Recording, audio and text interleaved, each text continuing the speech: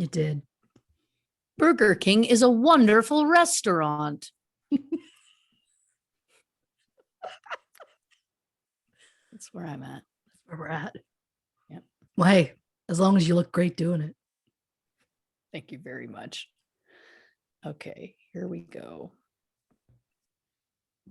What's up, everybody? Welcome to this episode of True Crime and Cocktails, Famous Fatalities Edition. As always, I am your host, Lauren Ash. And as always, I am joined by my co-hostess with the most S, Christy Oxborrow. How you feeling?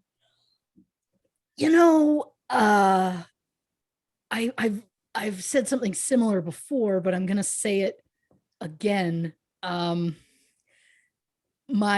podcast answer is I'm doing great. Happy to be here. Always love this. My real truth answer is Ross from Friends. Hi. I've been a little brooding this week. I have turned into a teenager researching this week. So my husband's felt it. I know he has. I've snapped a lot unnecessarily. So I've had multiple of my children walk in while I'm just sitting in a dark room listening to Nirvana. So, I mean, and the true joke is my younger two are just like, they don't get it. They're just like, okay, great. Mom's in a mood, leave her. But my oldest comes in and goes, oh, what are we doing here? And I explained that I was researching Kurt Cobain, and he gave me a hug and he went, oh, So I'm like, I guess I've talked about it before. The fact that he picked up on it.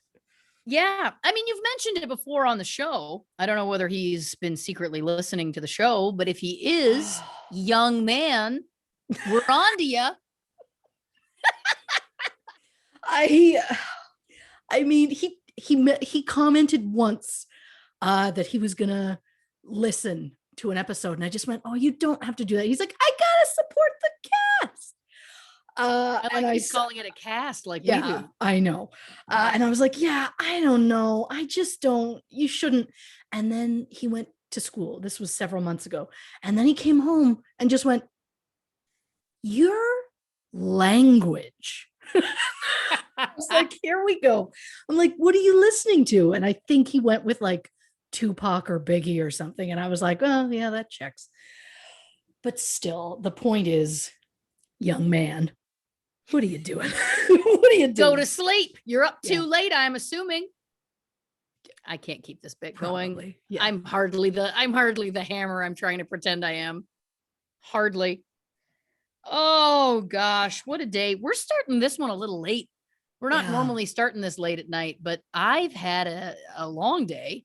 And I can talk about it now because this will air in August. And at that point, it will finally have been announced. Hey, the cartoon show that I'm leading up. Yes. Called Chicago Party Ant, coming to Netflix September 17th, I believe. Anyway, today was our final record for that. So I did that for most of the day. And then I raced back home, jammed some. I had a very questionable dinner, if I'm going to be honest with you. I was, kind of noodling through some leftovers, which didn't include noodles. And then just really housing popcorn. Yeah. So that all feels right. It does. And now we're here, which I couldn't be happier about. But I got to be honest, I'm just on the Diet Cokes because I feel like if I dip a toe into an alcohol right now, I will be asleep or having a brownout.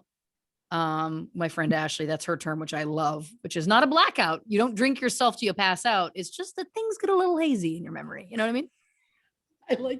I like that a lot. And look, I'm going to say it. Same. Wow. We are recording a little late.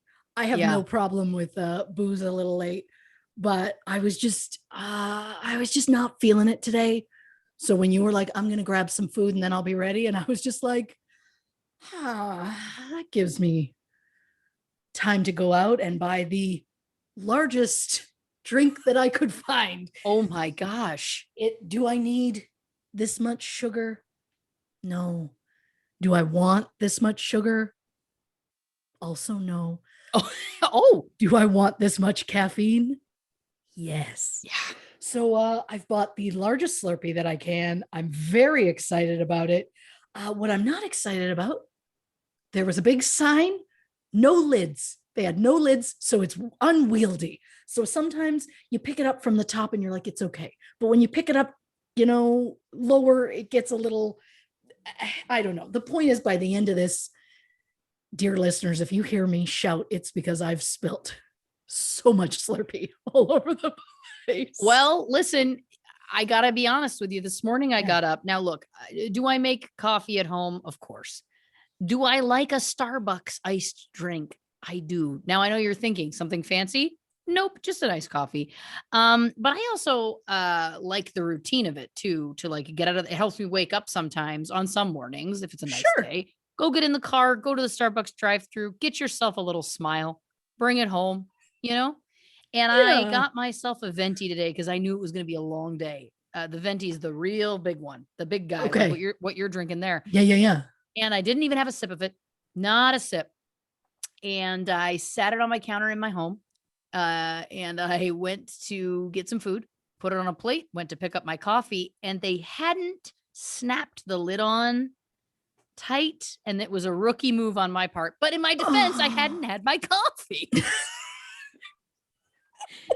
Long story short, I knocked it over almost the entire thing. I had 2 fingers of coffee left in the giant vat after the spill, which felt so unjust. That's uncalled for. You know what I mean? And I may not have said it out loud, but I would like to publicly apologize to Sharky because when you started this, I was like, oh, it got knocked over. Come on, Sharky. And now I feel bad because it had nothing to do with him. So I'm sorry, Sharks. You know what? Honestly, he earned that. He had that coming. He was a true crazy person during the pandemic. Yeah. And so he has gotten better now. Although the other day I was laying on the couch and out of nowhere, I was laying on my stomach, typing on my computer. People are going to tell me it's bad for my back, whatever. I like it. Point being, he came over and just out of nowhere, I didn't even know he was there. He just bit my leg like hard. I have 4 holes in my leg. He bit me so hard. And then people say, oh, is he sick? Take him to the vet. He's been to the vet. He's fine. He's got an attitude. He's a broody teen. He is, but Has then the rest he also of the time, been listening to Nirvana in the dark? Oh my God, he's been probably listening to this podcast. Well, young man. Get to bed. Yeah. Get to bed. Stop biting your mother. Please. Yeah. Oh, it's too much. It's too much. But see, he doesn't do it to Spencer. And that's why I'm like, this isn't a sickness. This is a mother-son thing. Do you know what I mean? Like, and I don't know what yet, but my psychologist hat on is on very early in this episode. And in this case, kitty psychologist. That's a show I'd like you to pitch. Well, I'm going to tell you a little something. Yeah. I have been referred to a couple of pet psychics in my time. I know, but I've considered it. What does it hurt? What does it hurt? Is it going to hurt me to pay an individual a certain sum of money to sit on the phone with me and then have them tap into the spirit of my cat virtually or however it is they do it? Because they do it over the phone, eh? That's the most Canadian thing I've said on this show yet. They do it over the phone, eh? That was worse than MacArthur. So like Miss Cleo? It's like Miss Cleo, yeah. And I'm like, do you need to see a picture of the animal? Any animal? Apparently not. Rob Benedict, I would say friend of the podcast. Why not? From the show Supernatural, favorite of ours. I used to do a different podcast and he came on as a guest and he told a story about how he had issues with a cat of his and that a friend ended up actually doing he was like, I'm not interested in the pet psychic, but the friend did it for him. Anyway, what I'm saying is that maybe I need to know what's going on with Sharky. And truthfully, I don't know if there's any other way to find out what's going on for him, like, emotionally or mentally. Look, if they type up a report, they can send it to me and I'll like redact what you don't need to see. Yeah. And at this rate, a lot of it's going to be, God, my aunt is the worst. No. And that's fine. We bonded, Sharky, and you know it. What I would like though is to get a file from you and then me have to read it. And it's like, okay, Sharky is feeling redacted regarding the situation with redacted. There's a lot that's been redacted in here. Well, at least it says his name. Yeah. You never know. I'll take out whatever might hurt your feelings. Yeah. Because I would step in front of a bus for you. And if that bus is hurt words, so be it. That's nice. Just pour it in this cup. There's plenty of room. Mix it around and I'll devour those words so you don't have to. Oh, bless you. That's where I'm at. Bless you and your heart. Your big damn heart. The other thing I want to address very quickly is if you're watching this rather than listening, you'll notice that my hair has gotten very short and very blonde. My continuance into blonde, the blonde world is continuing. Yeah, forgive me, people. I've had a day. But anyway, I did look at myself in the mirror earlier and then go, listen, first of all, I asked for it to be this length. I love this length. I am not criticizing. My dear friend did my hair and I love it. But I did look in the mirror and go, is this Joseph Gordon-Levitt a la Third Rock from the Sun length? Like it feels very close, doesn't it? Again, I'm not saying that's like, I think I look great, but I was just like, you do.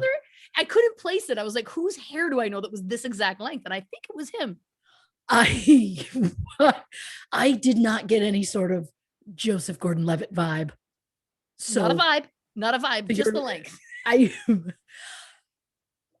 He might have been a little longer. I'm not sure. He might have actually been a little bit longer. You're right. I think it looks great. I love it. It's not a criticism. It was just that I was trying to I looked at myself and I was like, who is it that this hair length reminds me of? And that was the answer. Yeah. I could think of worse answers. Oh yeah. Oh, easily. Remember 10 Things I Hate About You? It's one of my favorite movies of all time. And I watch it every year. Me too. All the time. Yeah. Me too. You know what my only criticism of that movie is? Oh no, here we go. Okay. I think they either needed to put more of the Shakespeare talk in or take what they had out. Because you know how there would be like the odd line that was in like iambic pentameter and stuff. And it was like, either do it more, like, okay, we'll go with you. Sure. Do it more or just don't. Because I felt like they kind of dipped a toe, but they didn't fully. It felt like they were like not really committing to it. And I love that movie, but that's the girl that was obsessed with Shakespeare. Yes. That was a bit much. On the nose. I didn't care for it. I didn't care for that part. Everything else, my God, what a gem. Heath Ledger, good Lord. I love Joey Donner because what an ass. I love him so much. We quote the movie all the time. Yeah. All the time. I made a comment to my husband at one point and was like, you know what, Lauren and we need to do some sort of like true crime and cocktails event to be able to give us a good excuse to go to like Europe. And my husband's response was like, oh, so you can be just whelmed. And I was like, oh, yes, of course. Because in the movie, two of the girls are talking and one says, you can be overwhelmed and you can be underwhelmed, but can you just be whelmed? And one of them says, I think you can in Europe. And the fact that it sticks with him, and we quote it a lot, and I live for that movie. I would like there's things that are like, oof, I don't know, flashing a teacher. Yeah, I don't know that all of it would hold up, to be honest, if they were making it now. Yeah. Oh, no. Yeah. No. But what I like about the teacher that they chose in that, he played Charlie Dietz on Empty Nest. Thank you very much. And he essentially was basically a manch. He was a manch. He was also very Dan Fielding a la Night Court. Not in my heart, but in my brain. Like I connected. I was like, they have a same, because they were both very flirty. And that's only on my mind because earlier I was like, I've got a little extra time. I'm going to fold some laundry, but I can't just sit there and fold it. I gotta have music playing. I gotta have a video on. I gotta have something because my brain needs to be entertained at all times. So I was like, you know what? I'm only season 4. I need to keep going. So I went into another episode of Night Court, and in that, Dan was beyond flirt level. Like he was so creepy. It wasn't right. But at the same time, I was like, he's the Dan I know and love. And that was my moment. And I'm sorry that Blanche is coming out so early, but that was my moment where I was like, you know what? He was a large part of my sexual awakening. Okay. You know what? Forgive me, but I think it has to be said. Holy shit. Wow. Okay. I didn't say that he captained the ship, but he was definitely a crewman. Was he the skipper? Yeah, he could have been. Wowzer. Yeah. Oh, so you just made that connecting. The charm. Yeah. Like as soon as he comes on screen, I'm just like, okay. Like I'm swooning. And he'll say something that it's like, oh, that would never make TV now. They would never say something. Well, maybe on HBO, but like they'd never say something like that on like network cable. And yet there's something I was like, he's kind of gross, but like he's our gross, like I don't know what that I don't know what any of that means. The point is somehow do know what that means. Yeah. And I don't know that I could define it either, but I know what you mean. Yeah. He had a really lovely scene with Roz where he was getting really emotional and she was just being really supportive, and it was beautiful. And it was like, come on, just how am I not through this full series? How have I not just been devouring it? I just haven't had the time. But the point is, season 4, I'll get there. Wow. There are 9 seasons. So I have a ways to go, but I only started this journey a few months ago. I don't know. I barely have time to watch it, but I'm going to try and make an attempt to watch it more often because it's bringing a lot back. Yeah. I love that revelation. Yeah. I love that revelation.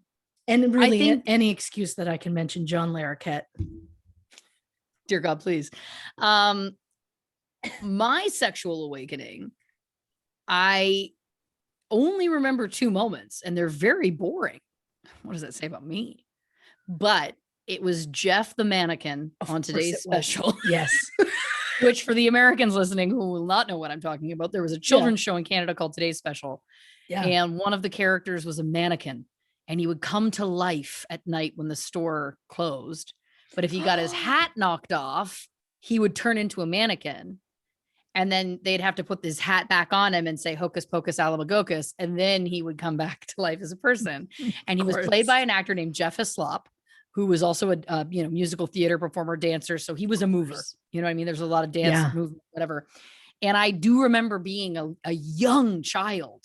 And I remember feeling something. I didn't know what it was, but I remember feeling like I just felt something. Like I think I just felt warm. It turns out it was the hots. I guess that term exists for a reason. Yeah.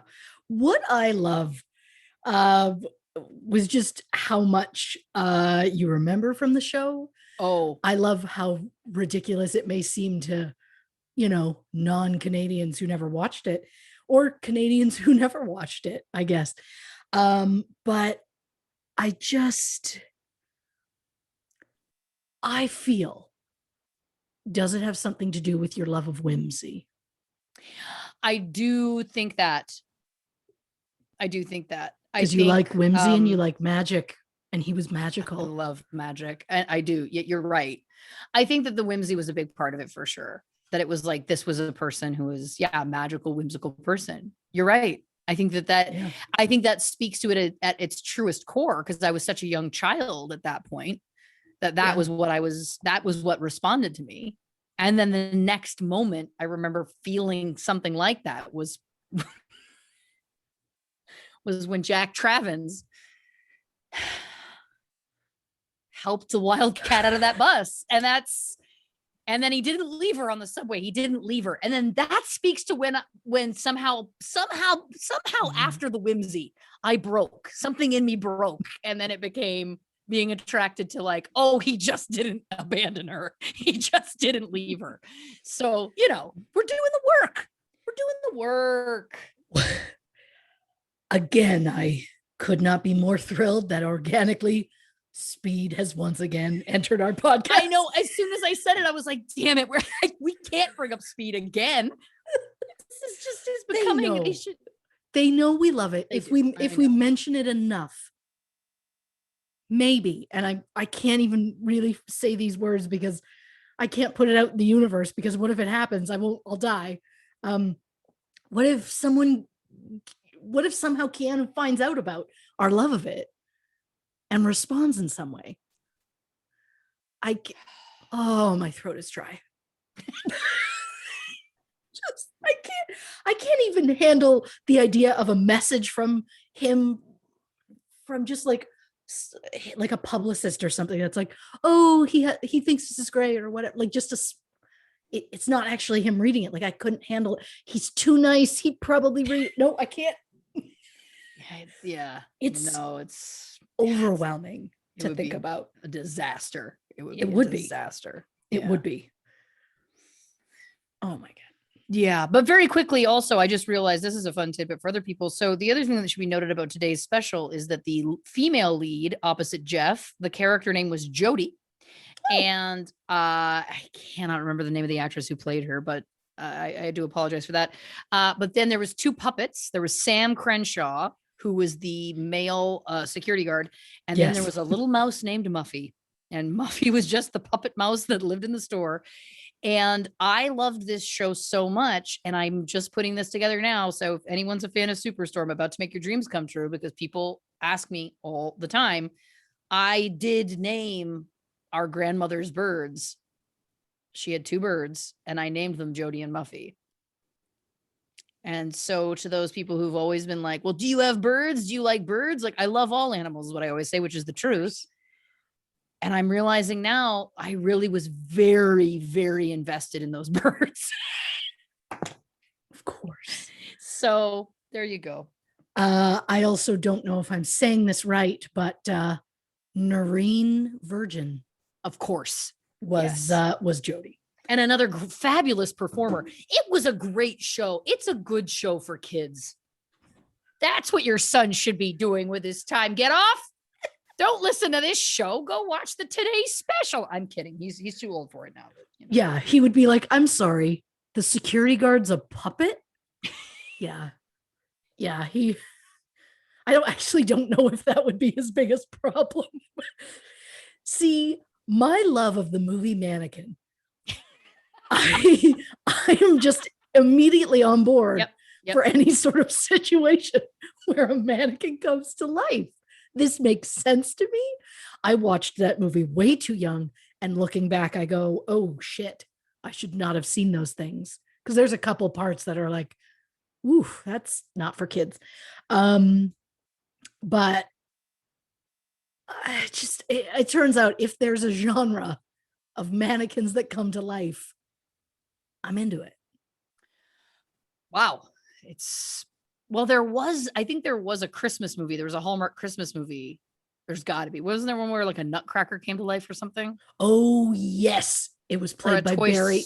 He was played by Barry Watson. I believe it was A Very Nutty Christmas starring Melissa Joan Hart.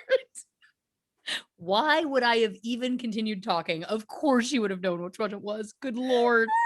Oh, that's amazing. Wow. When you started, I was like, I don't think there is there. Oh, as soon as you said nutcracker, I was like, oh yeah, that was Barry Watson. I love, again, the encyclopedia knowledge.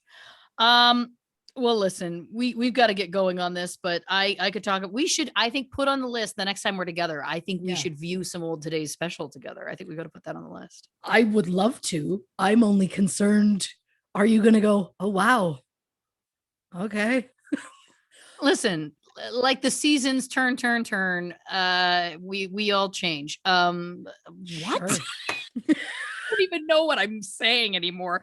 But I feel like it'd be a nice little tip of the hat to my childhood.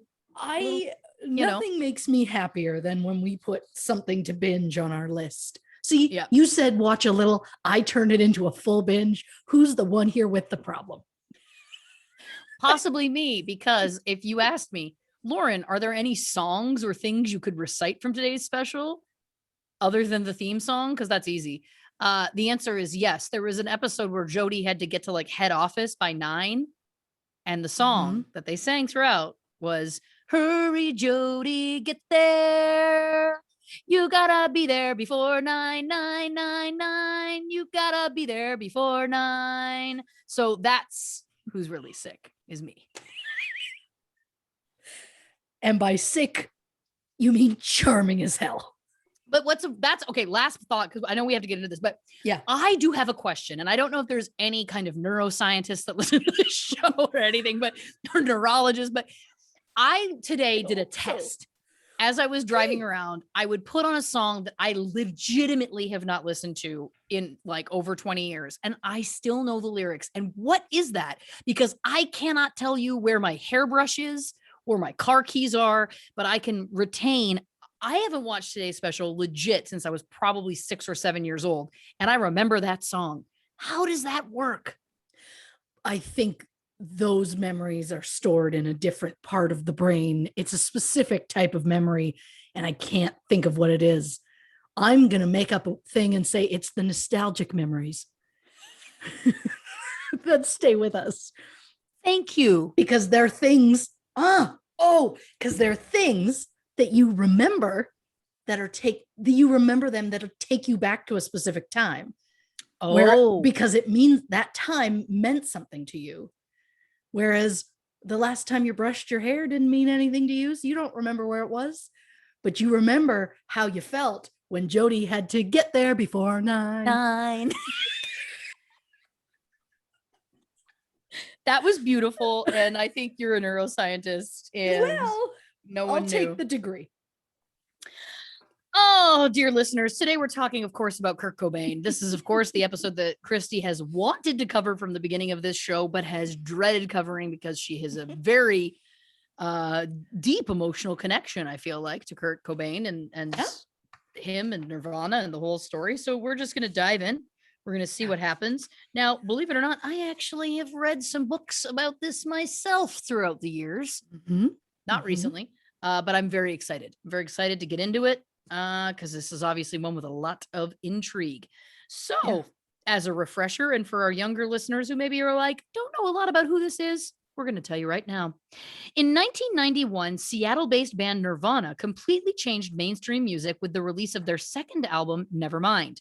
The album not only put Seattle music on the map, but it also ushered in a new genre of music known as grunge.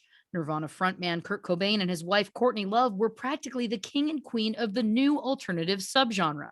But their rock and roll fairy tale ended when Kurt was found dead in the couple's home at the age of 27. So what really happened to Kurt Cobain? Was it just a tragic case of a man who tried to drown out his inner demons? Or were Kurt's demons the people who he was closest to? And why did Kurt call his lawyer a week before his death to try and remove people from his will? Wow.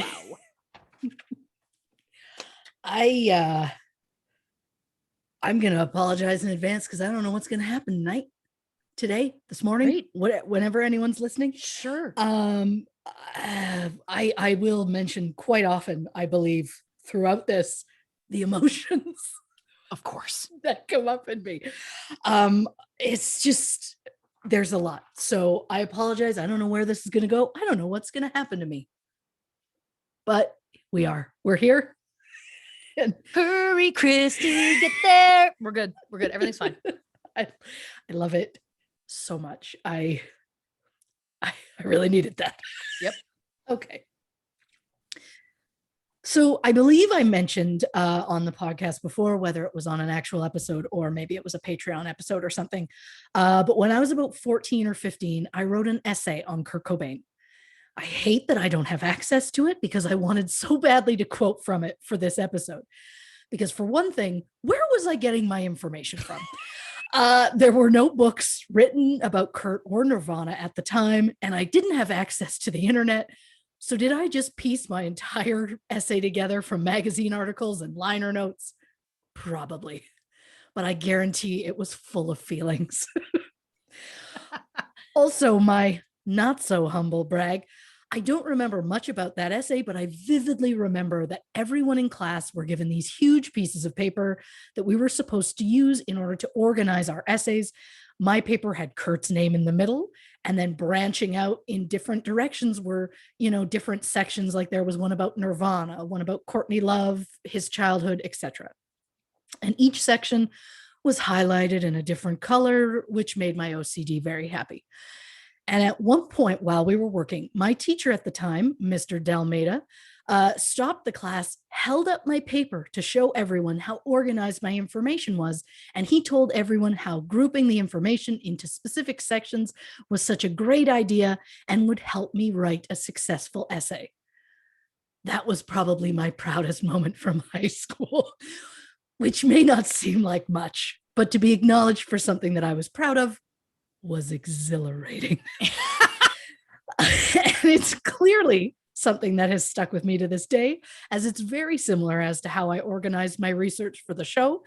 Not so much big pieces of paper anymore, but I have a different document for each section that I piece together for a more cohesive story.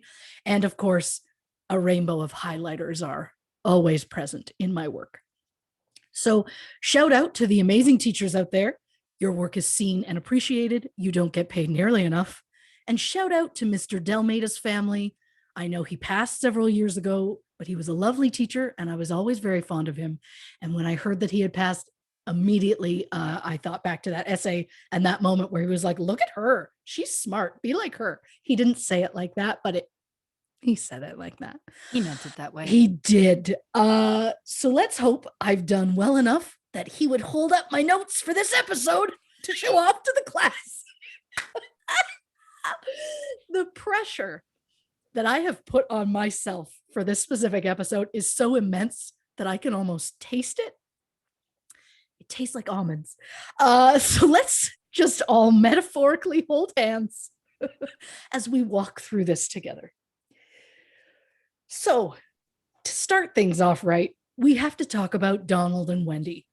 Donald Leland Cobain and Wendy Elizabeth Friedenberg met in high school, where Wendy's nickname, for some reason, was Breeze. A few weeks after Wendy's graduation, Wendy became pregnant, so the couple drove to Idaho on July 31st, 1965, where they could marry without parental consent. At the time, Donald was 19 and Wendy was 17. And I know it's going to seem a little early, but my desperate need for accuracy is forcing me to do a frustratingly inaccurate side note. So everything that I can find about Donald and Wendy claims they married July 1965. And at the time of the wedding, Wendy was pregnant. But their baby, who, spoiler alert, is Kurt Cobain, wasn't born until 1967. And that math doesn't work out.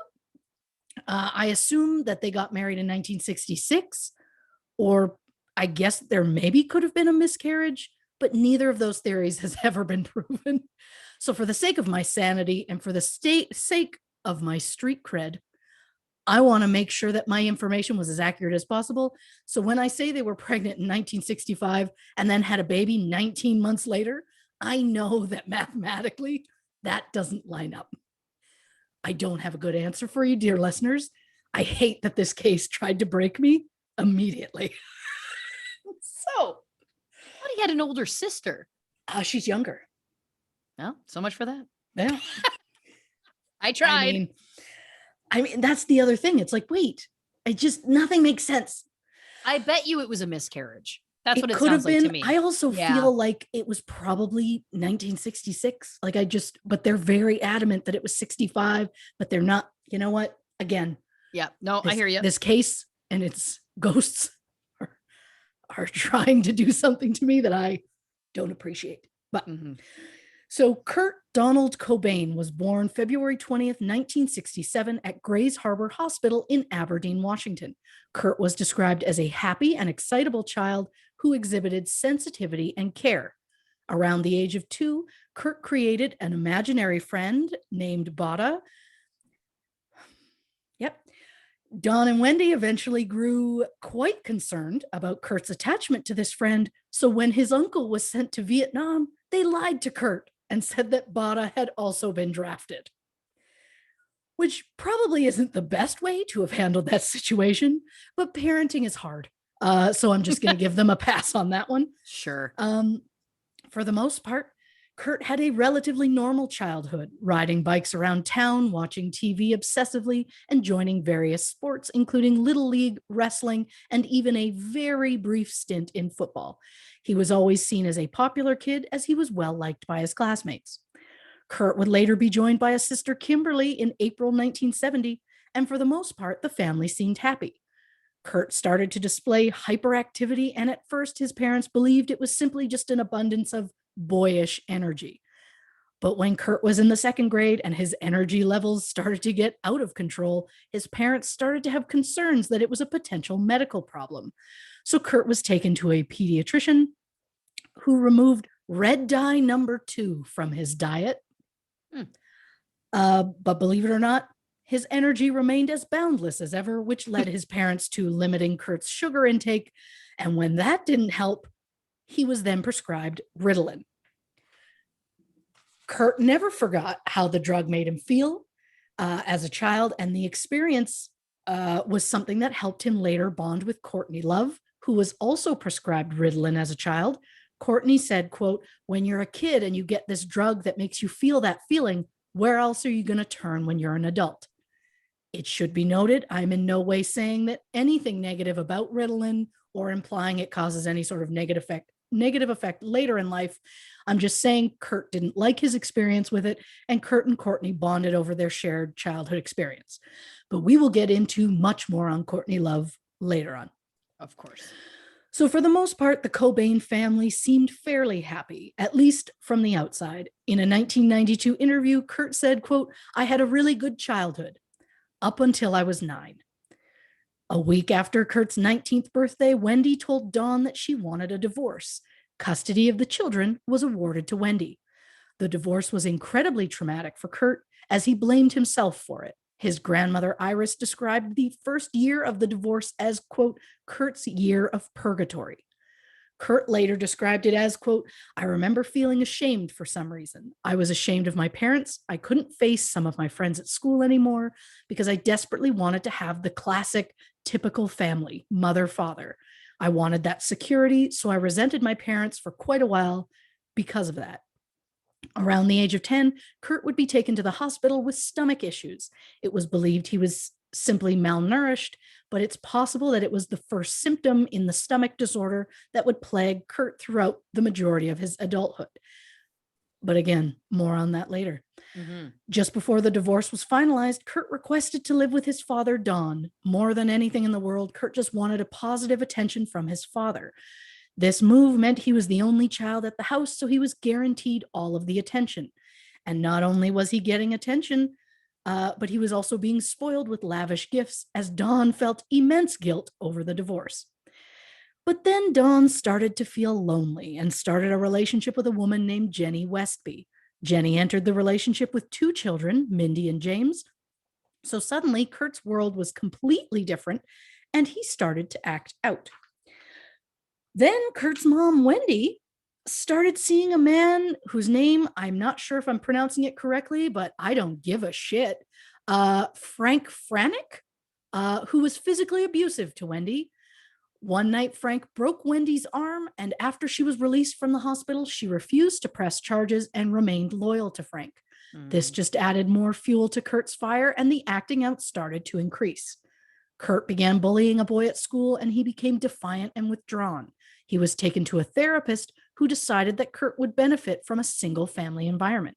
So on June 28, 1979, Wendy granted legal custody of Kurt to his father, Don.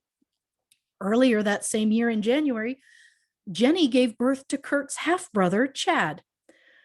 Kurt became a latchkey kid, coming and going as he pleased and spending more time with television than he did with any adult. He was a huge fan of Saturday Night Live. By the 8th grade, Kurt was starting to experiment with marijuana and LSD. His teenage rebellion led Don to finding new accommodations for Kurt, who was passed around to different friends and family members. At one point, Kurt lived with a friend, Jesse Reed, and his family, who were born-again Christians. While living with them, Kurt became a devout Christian and attended church regularly. He would later renounce Christianity and write the song Lithium about his experience living with the Reed family. And now that I've headed us in a musical direction, we may as well get into Kurt as an artist. It has been said that Kurt's talents as an artist were evident from an early age. He would draw his favorite pop culture characters, such as Creature from the Black Lagoon and Donald Duck. His drawing skills were described as exemplary. His family believed so much in his talents that his grandmother Iris had encouraged Kurt to pursue a career in the arts. But drawing seemed to be just a hobby for Kurt. By his second Christmas, Kurt had started to show an interest in music, which is no surprise, as music seemed to run in his family. Wendy's older brother Chuck was in a band called the Beachcombers, not to be confused with the Canadian classic TV show, which brings us to a Canadian television side note. Hey-o! Beachcombers was a 30-minute show that ran from 1972 to 1990, making it one of the longest-running dramatic series in Canadian television. The show remained the longest-running series until it was surpassed by Degrassi in 2012. And because I know all of you are curious, I'm going to toss in an international television side note. Some other longest running TV shows include, and I'm going to try and make this list faster, so I'm just going to say the show followed by the number of years that it aired. Doctor Who, 42. I like that. Ooh. Saturday Night Live, 46. Fuck, couldn't they have been 45? That would have been so fun. Yeah. Emmerdale, 49. Sesame Street, 52. Coronation Street, 61. Tonight Show, 67. And Guiding Light, 72. Wow. Of that specific list, Guiding Light is the only show that is no longer in production. So Kurt's uncle was in a band, and his Aunt Mary, who was Wendy's younger sister, played guitar. There was also a great uncle named Delbert, who was an Irish tenor and appeared in the 1930 movie The King of Jazz. Kurt was naturally musically inclined. According to Kurt's Aunt Mary, he began singing at the age of 2, and by 4, he was playing the piano. Despite not taking any formal piano lessons, Kurt's sister Kim said, quote, he could sit down and just play something he'd heard on the radio. His parents bought him a Mickey Mouse drum set when he was quite young, which is adorable, to encourage his love of music. Kurt began music classes in the 5th grade, and by the 7th grade, he was playing drums with the school band. On October 26, 1979, Kurt was featured in the school newspaper, where he said his favorite song was Don't Bring Me Down by ELO, and his favorite rock group was Meatloaf.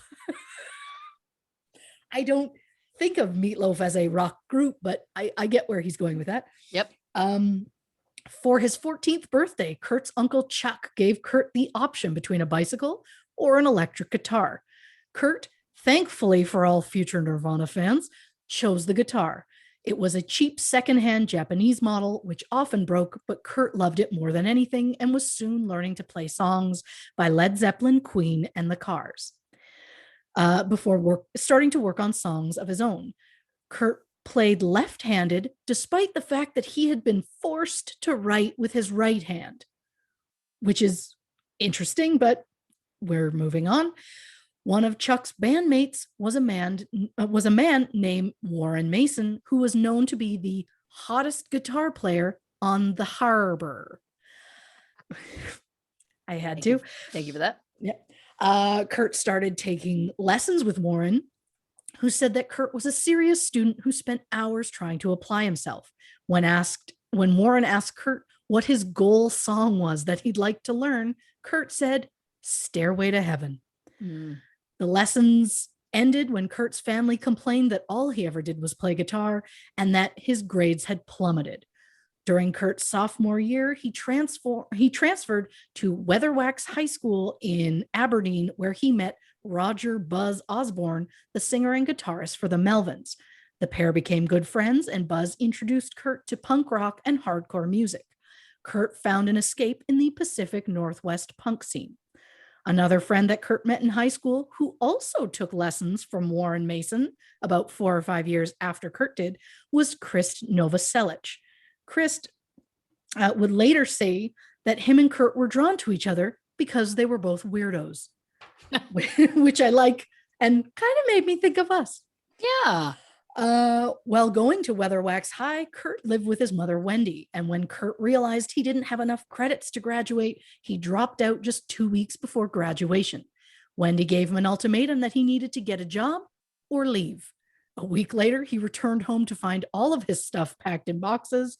This led to Kurt moving around and living with various friends while also going through periods of being without housing. He also lived in a car for quite a long time. Oh, wow. Kurt claims that he lived briefly under a bridge over the Wishkah River, an experience that inspired the song Something in the Way. However, Christ would later say that Kurt had been exaggerating. Shortly after dropping out of high school, Kurt formed the band Fecal Matter in 1985. It initially featured Kurt singing and playing guitar, with Dale Crover from the Melvins playing bass and Greg Hokinson playing drums. They played some original songs as well as covers by the Ramones, Jimi Hendrix, and Led Zeppelin. Fecal Matter disbanded in 1986. Oh, I want to say that's the last time I'm going to say those words, but I know I say it at least once more. And I can't tell you what I'm going to say in future episodes. In 1986, Kurt was working at a Polynesian resort on the Pacific coast at Ocean Shores, Washington. He would often travel to Olympia to go to rock concerts, and during one of those trips, he met Tracy Marander. Shortly after, Kurt left his job at the resort to move to Olympia with Tracy. However, after moving, Kurt didn't bother to get another job. Instead, he spent his time sleeping all day, watching TV, and concentrating on art projects. Tracy had to work long hours in order to support them both. Kurt then tries to convince Christ to start a band. He lends him the demo for Fecal Matter. After months of asking, Christ finally agrees. So in 1987, Kurt, Christ, and Aaron Burkhard form the band Nirvana. Crazy name. Side note. Prior to choosing the name Nirvana, the band previously played shows under Skid Row, Ted Ed Fred, Bliss, and Pencap Chew. And yes, for the audiophiles listening, you're right. There was a band named Skid Row. They were based in New Jersey and have been active since 1986. Although their debut album wouldn't come out until early 1989. So at the time, Kurt and his bandmates probably wouldn't have heard of them. Because again, life before the internet, it was just like the dark ages. But the first few years for Nirvana were disappointing as they failed to draw the substantial crowds that they had hoped for. They did start to build an audience thanks to Sonic Youth, who brought them along on a tour. During this time, there was a rotating list of drummers, which eventually settled on Chad Channing. The group recorded their first single, Love Buzz, which was released through Sub Pop Records. Sub Pop, side note, Sub Pop Records is an independent label that was founded in 1986. The first two releases on the label were Green River and Soundgarden, which, good Lord, they hit the mother lode, is my point. Yeah. The label achieved fame early on for signing Mudhoney and Nirvana and were considered to be central players in the grunge movement. Other well-known acts on their roster include The Shins, Sleater Kinney, The Postal Service, and Flight of the Conchords. Sub Pop had a singles club where people paid $35 a year for a subscription that would get them one new single every month. Love Buzz was so popular in the club that Nirvana was given the chance to record a full album, so Sub Pop paid $600 to produce Nirvana's first album, Bleach, which was released in June 1989. Tracy Miranda not only inspired songs that would appear on Bleach, such as About a Girl, she's also credited as having taken the cover photo for the album. Kurt soon became unhappy with Chad's drumming style and ended up making what I'm going to boldly call the best move in Nirvana history. Yeah. Chad Channing was replaced by 21-year-old Dave Grohl, and I don't know why I said it in that tone. But this was the moment in my research when I realized that I have a very, very deep-rooted love of Dave Grohl that I don't think I've ever truly acknowledged before. Wow. Yeah. So for the sake of honesty and to continue living my truth, Dave Grohl, if you're listening, how you doing? And to my husband, if you're listening, you're still my favorite. In the same week that Kurt fired Chad, he also broke up with Tracy. Oh. Not only had he cheated on her while on tour, which is gross, Kurt, he'd also fallen in love with someone else. And to be clear, the woman he fell in love with was different than the woman that he had cheated with. And to that, I just want to say Tracy Miranda deserved better. As a teenager, I would have said, oh my God, Tracy is so lucky. But as an adult, I can honestly say Kurt was the lucky one. And that, dear listeners, is what we like to call growth. It really is. Good for you. I've come a long way. I went through some things while writing this. And yeah. Dave Grohl. The woman that Kurt had become infatuated with was Toby Vale, a drummer, guitarist, and singer, and a founding member of the band Bikini Kill. When Kurt and Toby first met, he was so overwhelmed that he threw up.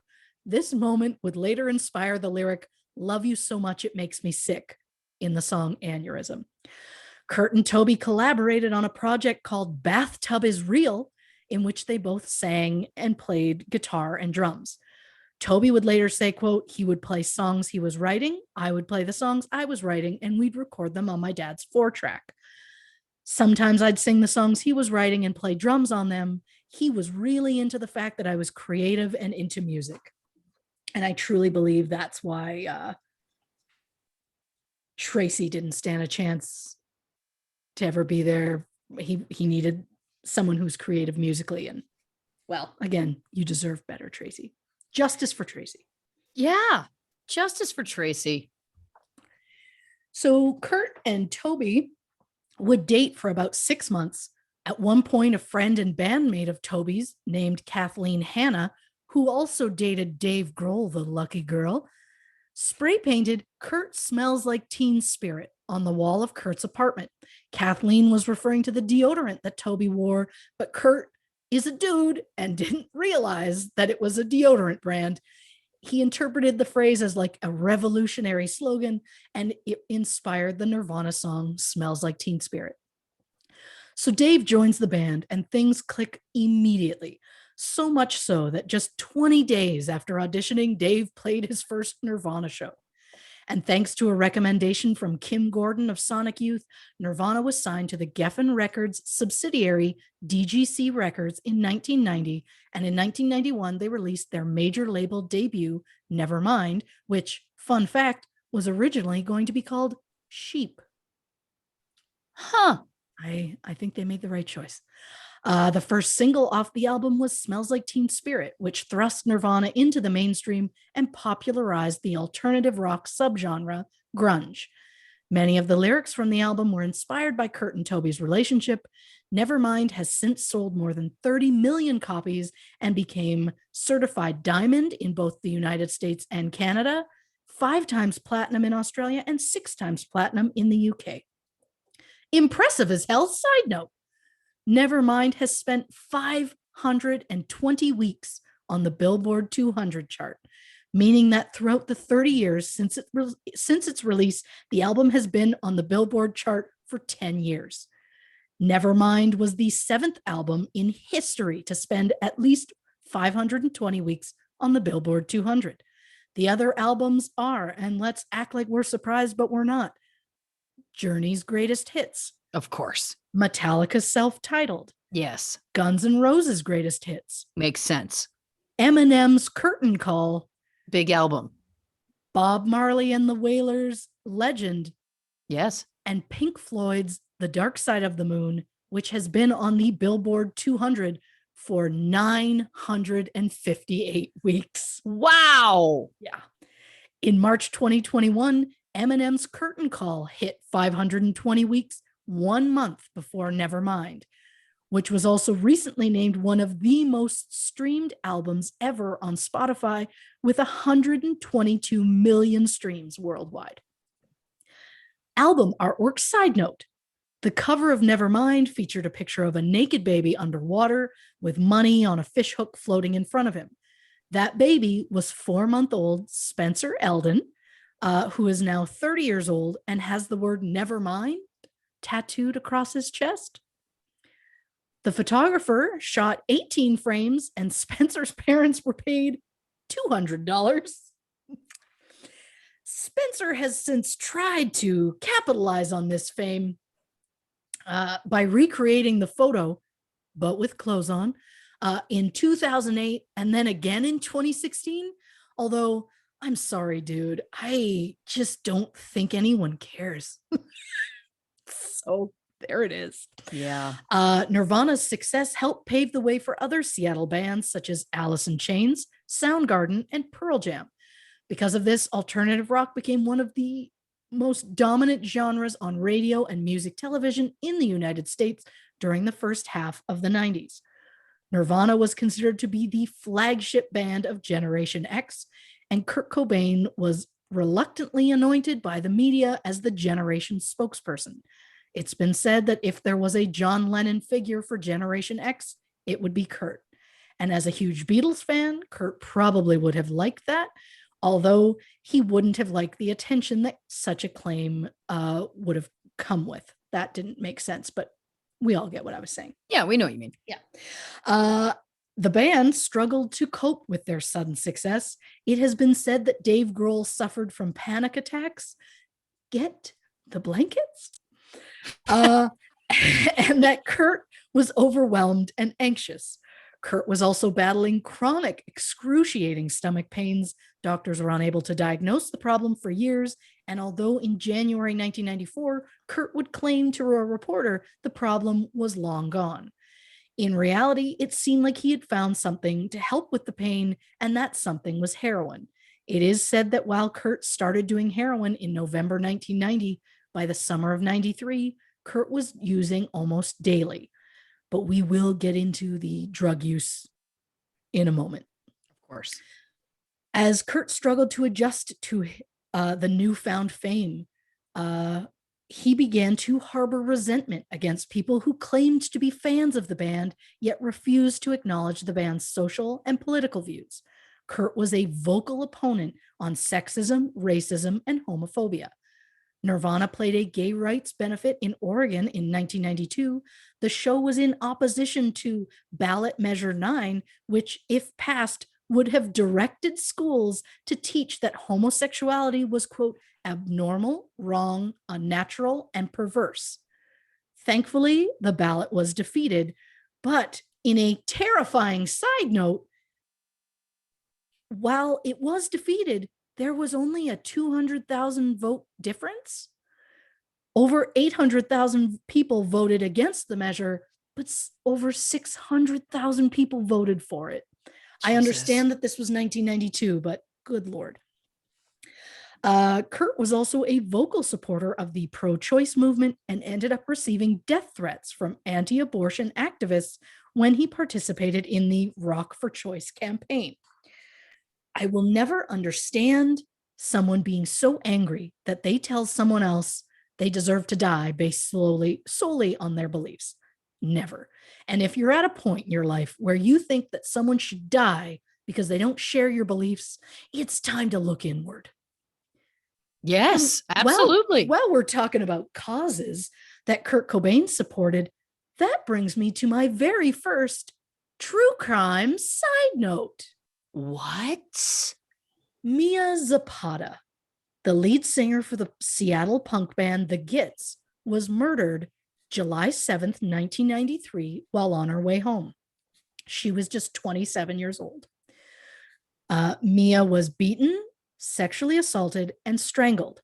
Since she had no ID on her, she couldn't immediately be identified. However, the medical examiner happened to be a fan of the Gits, so she was the one who identified the body. Police didn't seem to make much headway with the case, so a concert was planned by the Seattle music community and had acts such as Nirvana, Pearl Jam, and Soundgarden. The event raised $70,000, which allowed them to hire a private investigator for 3 years.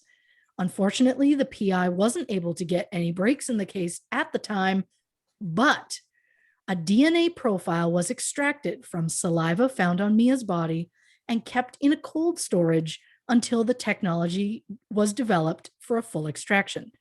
The DNA was tested in 2001, but there were no matches.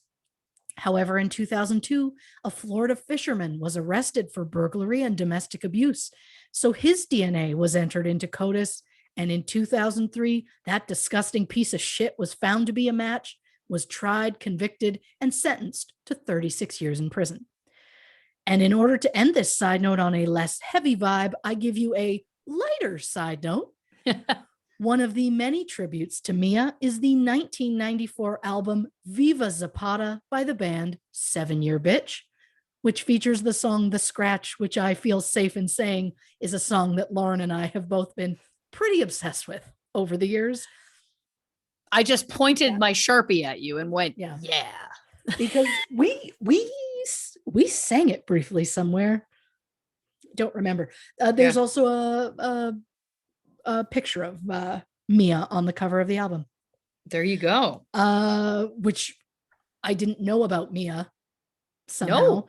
And as soon as I saw her photo, I was like, oh my God, she's the girl on the cover of that album. Because that's so funny. Yeah, I didn't know that either. Wow.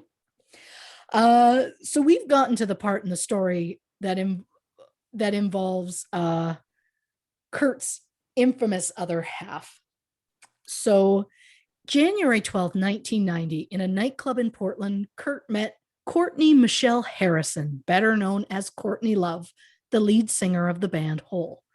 The couple would meet again in May 1991 backstage at a show where Kurt was drinking cough syrup, and Courtney opened her purse to show off her own bottle of cough syrup. Courtney gave Kurt her number, and he called her later that night at 3 a.m. Kurt and Courtney continued having late night phone calls, despite the fact that at the time, Courtney was dating Billy Corgan of Smashing Pumpkins fame, and Kurt was dating an indie folk singer named Mary Lou Lord. During a radio interview, Courtney was asked about Kurt's girlfriend, Mary Lou, and Courtney screamed that she was Kurt's girlfriend. Courtney then called Kurt livid, demanding to know about Mary Lou. Soon after, Nirvana made a TV appearance where Kurt said that Courtney Love of the pop group Hole was, quote, the best fuck in the world. What? And that's how Mary Lou learned that things were over with Kurt. Oh, Kurt. Which is a really shitty way to break up with someone, especially so publicly. So for another time in this episode, I'm going to say gross, Kurt. Justice for Mary Lou. Yeah. Oh, we're gonna need more blankets. So after Kurt's death, Courtney would claim that Mary Lou was just someone trying to use Kurt to make something of herself, and that no relationship between them actually ever happened. Courtney even went so far as to claim in an interview with Rolling Stone that Mary Lou was just some groupie who went down on Kurt once in the back of a van. So gross, Courtney. But numerous people who were friends with Kurt at the time say that he was genuinely in love with Mary Lou and that he was planning to move to Boston to be with her. But Courtney seems to have any issue with any woman ever having a piece of the man that she was claimed was hers and hers alone. Because of course she wants to be the only woman that he ever loved. And spoiler alert, bitch, you weren't. Oh. Whoa, the fire is getting spicy. She's getting spicy. I thought the only spice in this was going to be about Dave Grohl, but I didn't think it was going to get angry spice. I guess that's what Spice Girl I am. Angry spice. Yeah, that feels right. Although I think that's Mel B, isn't it?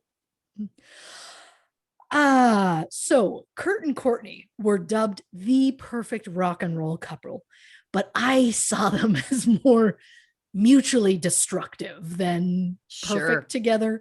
But I mean, what do I know? By the end of November 1991, Courtney was so infatuated with Kurt that after not seeing him for 2 weeks, she canceled a show with her band Hole to fly to Amsterdam to be with Kurt. And on February 24th, 1992, Kurt and Courtney were married at sunset on Waikiki Beach. Courtney wore a vintage white dress that was once worn by Frances Farmer, and Kurt wore blue plaid pajamas. Only 8 people witnessed the ceremony, including rock and roll heartthrob Dave Grohl. But the third member of Nirvana was not present, despite the fact that he was also in Hawaii at the time. Apparently, Kurt banned Chris's girlfriend Shelley from attending the wedding, as Shelley had been talking a lot of shit about Courtney. So since Shelley wasn't invited, neither was Chris. Chris said he flew home the next day, assuming that Nirvana had broken up. And while it was 4 months before the band would perform together again, they definitely did not break up in that moment. A month later, in July, Lithium was released as the third single from Nevermind. The single had a sonogram photo on the sleeve belonging to Kurt and Courtney's soon-to-be-born daughter. But before we get into the family dramas, let's finish off the musical portion of my notes, because if nothing else, she's thorough. Of course. I'm also realizing I'm really treating this more as that essay that I'm like, see, Mr. Dalmeda, I can make it better. I have research now. Stop it. I've become 14 again. I don't know how to handle this. So months after Nevermind was released, Nirvana's first label, Sub Pop, decided they were going to release a compilation of unreleased Nirvana songs on an album aptly titled Cash Cow. Oh, but boy. Geffen Records made a deal with Sub Pop so that Kurt could do his own compilation, and in December 1992, the band released Incesticide. The album, which was originally going to be called Throwaways, included B-sides, demos, cover versions, and the non-album single from 1990, Sliver. And because it was early Nirvana stuff, the album features 4 different drummers. Assuming that we don't include the compilation in the count, Nirvana's third album, In Utero, was released in September 1993, where it entered charts at number 1. The first single released from the album was Heart-Shaped Box, a song inspired by a gift that Courtney gave Kurt in late 1990. Other singles from In Utero include All Apologies and Pennyroyal Tea. But back to the family drama, because I know that's what we like. So, August 18th, 1992, at Cedars-Sinai Medical Center in Los Angeles, Frances Bean Cobain, fuck that, Jesus. She deserved better than, God, talk about the blankets. Frances Bean Cobain was born.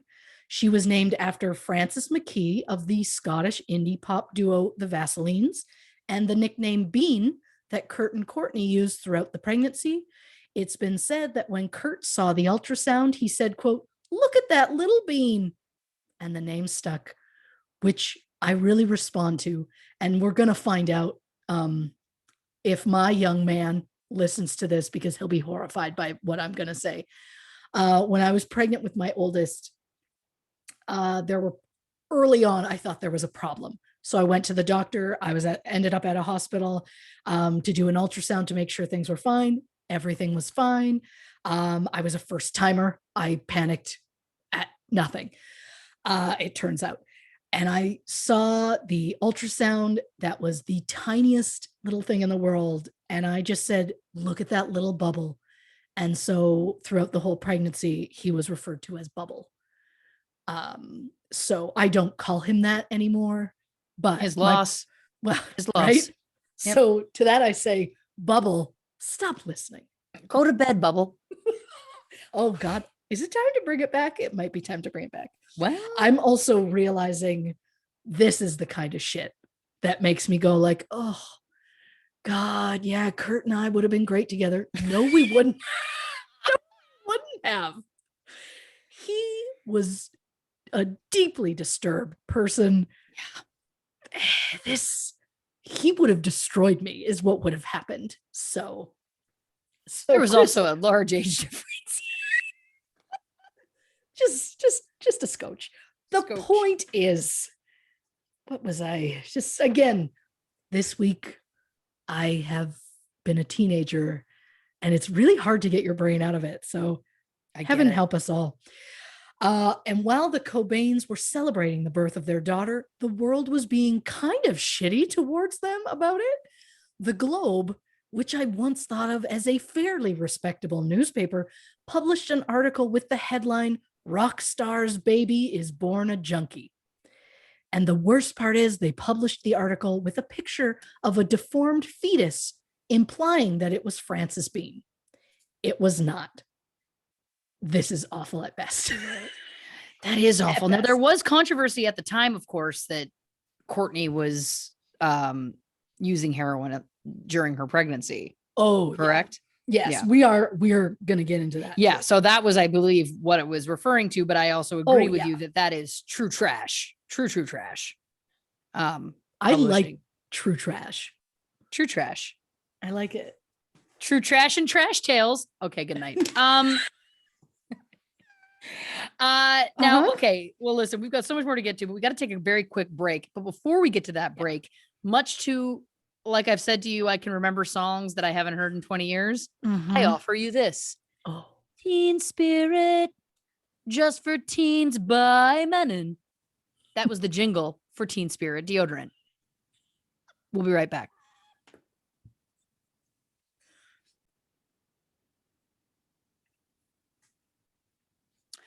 Welcome back to this episode of True Crime and Cocktails. We left off with me prattling off a 1990s commercial jingle that still rattles around in my brain for some unknown reason. Yeah. And we were, of course, talking about Kurt Cobain and Courtney Love's child, Frances Bean, and the way, of course, her birth was treated in the media. Yeah. Not great. So that's where we left off. What else you got? Well, I'm going to say this quickly. During our break, I took a pee break. And while I was on the can, let me tell you this, I had a thought. Yeah. And I'm sure that, scientists or any neurologist is going to be like screaming, what is wrong with this woman? But what if we remember the stuff from our youth? Because when we're younger, you absorb more things and they stick in there when you're, the whole like, you can't teach an old dog new tricks. As we get older, maybe we just don't retain it like we used to, but we still have all the original stuff that's in there.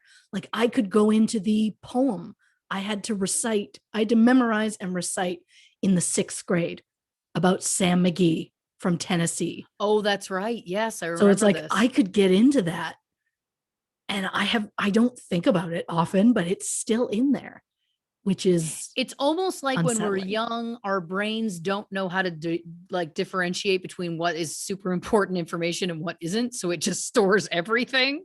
That makes sense. And then when we're adults, our computer just wipes. Yeah. Yeah. It's like a self-cleaning oven. It just gets rid of what it knows it doesn't need. There is a theory I read about once. Now we're really getting into it. Yeah. There was a theory I read about once that said that dreams is your brain doing a defrag. So you know how it used to be like in the 90s or early 2000s where you'd run a defrag on your computer and it would like slowly, get rid of the junk you don't need? That's what your brain is doing. And so it's taking stuff out of your subconscious that you no longer need. And you're seeing like snippets or parts of it. And that's why dreams are always like metaphors, because you're seeing like weird parts of it as it's going, like as it's being deleted, which is so interesting to me. And that's why oftentimes you won't remember your dreams. This is a theory. I don't know if that's true or false, but. Oh, well, when we start our dream analysis podcast, something I'm also passionate about.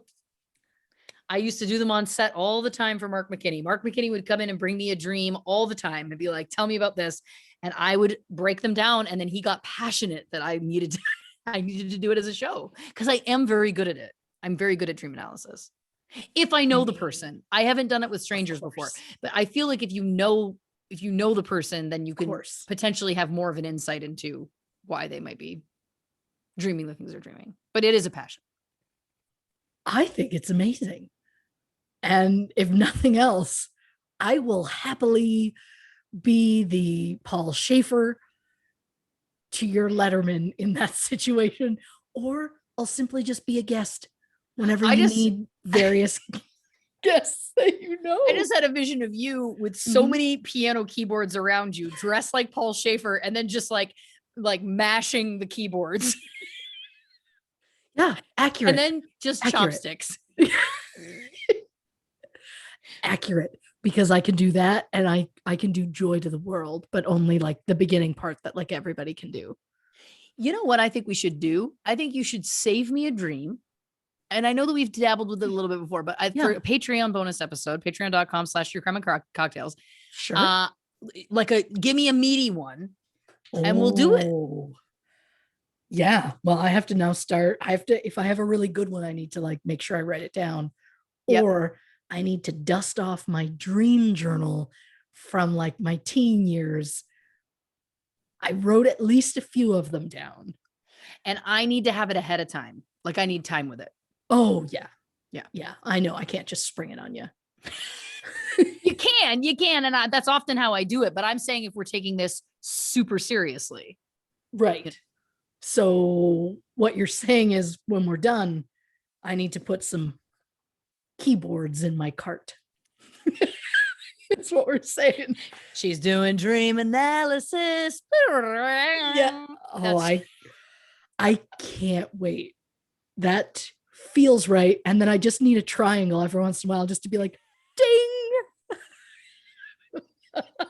Oh, I can't wait. This show writes itself. Yeah, absolutely. So it should be noted that Frances Bean was born perfectly healthy. Yes, absolutely. Yeah. But just 2 days after Frances's birth, the Los Angeles County Department of Children's Services visited the hospital to investigate Kurt and Courtney's parenting abilities. And all of this happened because of a magazine article. Lynn Hirschberg spent hours interviewing Courtney, and after secretly talking with anonymous sources, Lynn published an article called Strange Love, which ran in the September 1992 issue of Vanity Fair. The article did not paint Courtney in a very good light. In fact, one part says that Courtney is, quote, a train wreck personality. She may be awful, but you can't take your eyes off her. The article also questioned whether Kurt and Courtney were the grunge John and Yoko or the next Sid and Nancy. And it also spoke of their drug use. A close friend was quoted as saying, quote, it is appalling to think that she would be taking drugs when she knew she was pregnant. We're all worried about the baby. The article cited 20 different sources from the record industry that admitted that both Kurt and Courtney were heavily into heroin. Kurt did an interview with Rolling Stone in January 1992 that claimed he was not taking heroin. However, Courtney told Lynn that while in New York for Nirvana to appear on Saturday Night Live, they went on a binge. Quote, we did a lot of drugs. We got pills, and then we went down to Alphabet City and copped some dope. Then we got high and went to SNL. After that, I did heroin for a couple of months, keeping in mind that by January 1992, Courtney would have been pregnant with Frances Bean. Another unidentified associate claimed that, quote, Courtney was pregnant and she was shooting up. Kurt was throwing up on people in a cab. They were both out of it. The article also claimed that Kurt didn't do much more than drink until he met Courtney, which isn't true. He got into heroin on his own. It's just wild to me that the article tried so hard to blame Courtney for all of Kurt's downfalls. I truly believe that he was deeply troubled and his drug problems weren't caused by Courtney. She didn't make the problems any better, but she certainly didn't start them. And this is huge for me to say because years ago, I would never have been even slightly positive about Courtney Love. So again, growth. We're also Always not saying that, listen, this is, don't take this as a sign of like, oh, us championing Courtney Love necessarily either, but later I'm not positive about it. Yeah, exactly. But I think the important thing very quickly, and we did briefly touch on this in the break, is that it is interesting to me, and we would be remiss if we didn't address this. You're welcome. Thank you. Yeah. You know what? Much like the judge's gavel, I'm gonna get you a triangle. You wait. It's gonna show up one day and you're gonna love it. I can't wait. No, but listen, and I know that I'm getting ahead of myself, but I just want to plant this now, is that it is interesting to me that, of course, that Kurt has been painted as being this kind of almost like princely character, I think, for a lot of us in our minds, in that Courtney is evil. And listen, I'm not saying that there may not be true or false to that, but I do think it's important, like you're saying, when there are those moments where it's like, she may not have been, we're not saying that she was an angel by any stretch. No. This is me, I have my own opinions about her for sure, but it is important to note the times where she was being unfairly painted like that, because it does still tie back to deep misogyny, that it was like, at the end of the day, this narrative being painted was, he didn't even drink until he met Courtney. Well, he didn't do this until he met Courtney. And it's like, but wait a minute, you've already outlined that we know that he started drugs prior to that. And also you've already outlined also that some of his relationships, and listen, he was a young guy, I get it, but cheating, breaking up with people by saying that he had sex with Courtney Love in an interview, like, again, you know what I'm saying? Like, it's like, she was also there's also parts of this that were not necessarily puppeteered by her, in my opinion. And I think it's important to point those out, because it's easy to say she did absolutely everything and he was 100% squeaky clean. And come on. He used to get high off of the bottom of shaving cream cans. Right. So, and that's not a judgment. That's just, that's just a whole, this is somebody, just her. Right. This is somebody who was dealing with substance use issues before her. Yeah. It was two people that had serious issues that got together and then just fed off each other, and it grew to something that neither of them could handle. Yeah. And you're right. I mean, everybody, you look back, and because he was so young and because it was like he was seen as this rock god, it's like, oh, well, wouldn't have happened if he'd never met her. And it's like, you don't know that. We don't know. I know that I've been screaming that since I was 14. But growth. She's back to it. I love it. But Lynn was awful to Kurt and Courtney.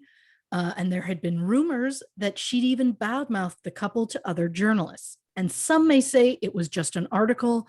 They could just ignore it because they know the truth. But people took Lynn's words as gospel, and that article had a lasting effect. Not only did it lead to child services investigating the Cobains as possibly unfit parents, but it also resulted in Frances being removed from her parents' custody. A judge said that Frances would need to have a new guardian in place, and it was suggested they choose a close family member. But at the time, Kurt and Courtney weren't overly close with either of their families. So in the end, they chose Courtney's half-sister, Jamie Manelli, they share a mother, to act as guardian. At the time, Jamie was going to college in Oregon and needed money. So Kurt and Courtney paid Jamie $5,000 to go to Los Angeles, and on August 24th, Jamie was given custody of 6-day-old Frances. The Cobains would not have legal custody of their daughter until March 1993. Wow. Yeah. So the article caused legal problems for the Cobains, but to me, the most heartbreaking part is that when Frances was a teenager, she attended an acting camp in the Catskills. She was allegedly bullied by some of the other kids who called her a crack baby because of the article. And I just can't stand bullying. And I just want to scream, leave the kid alone, because she has been through enough. Oh, yeah. And if I'm going to raise my voice, I may as well add in a bitchy side note. Yeah. My biggest issue with this Vanity Fair article, at one point, Courtney is being interviewed at their apartment, and Courtney shows off various things that are hung up. And one of those things is a to-do list that was written for Kurt by his ex-girlfriend, Tracy Miranda. Back when Tracy and Kurt were living together and she was the breadwinner, she would leave him little notes with various tasks for him to do, which was kind of the least he could do for living there for free.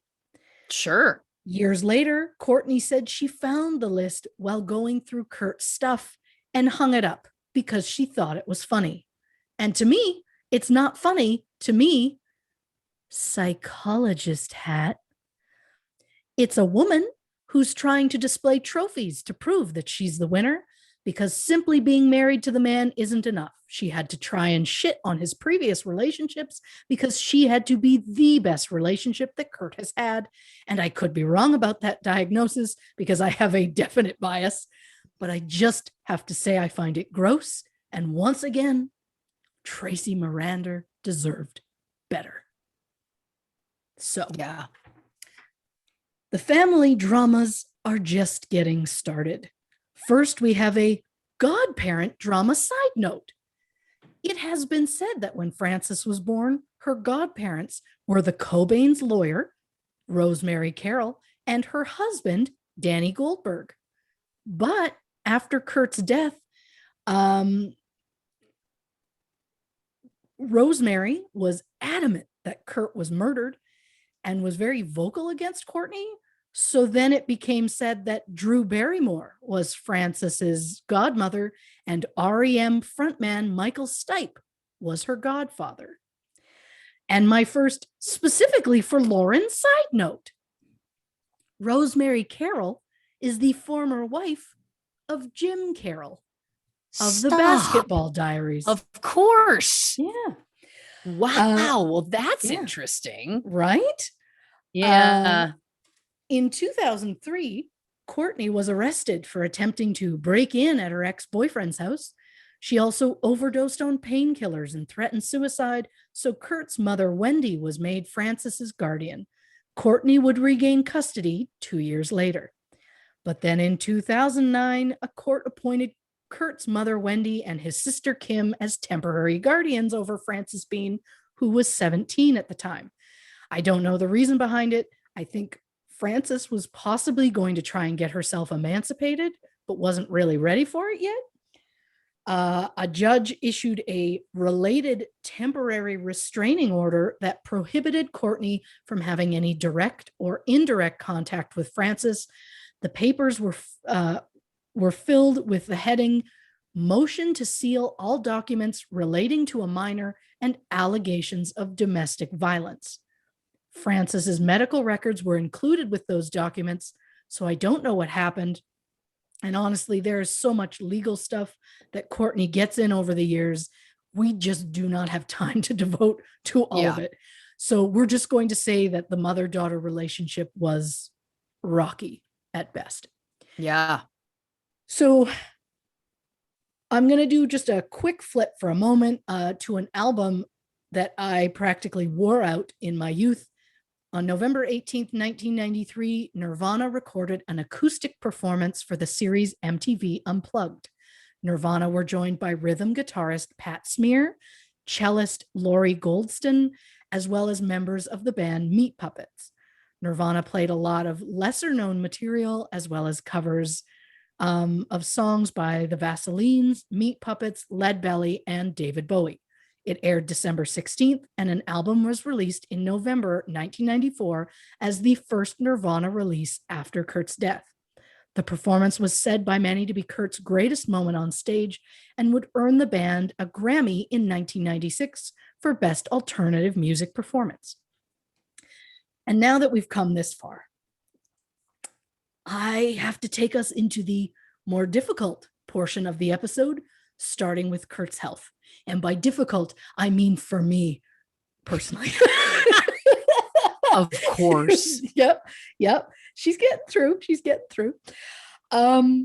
Throughout most of his life, Kurt suffered from chronic bronchitis, as well as physical pain due to an undiagnosed chronic stomach condition.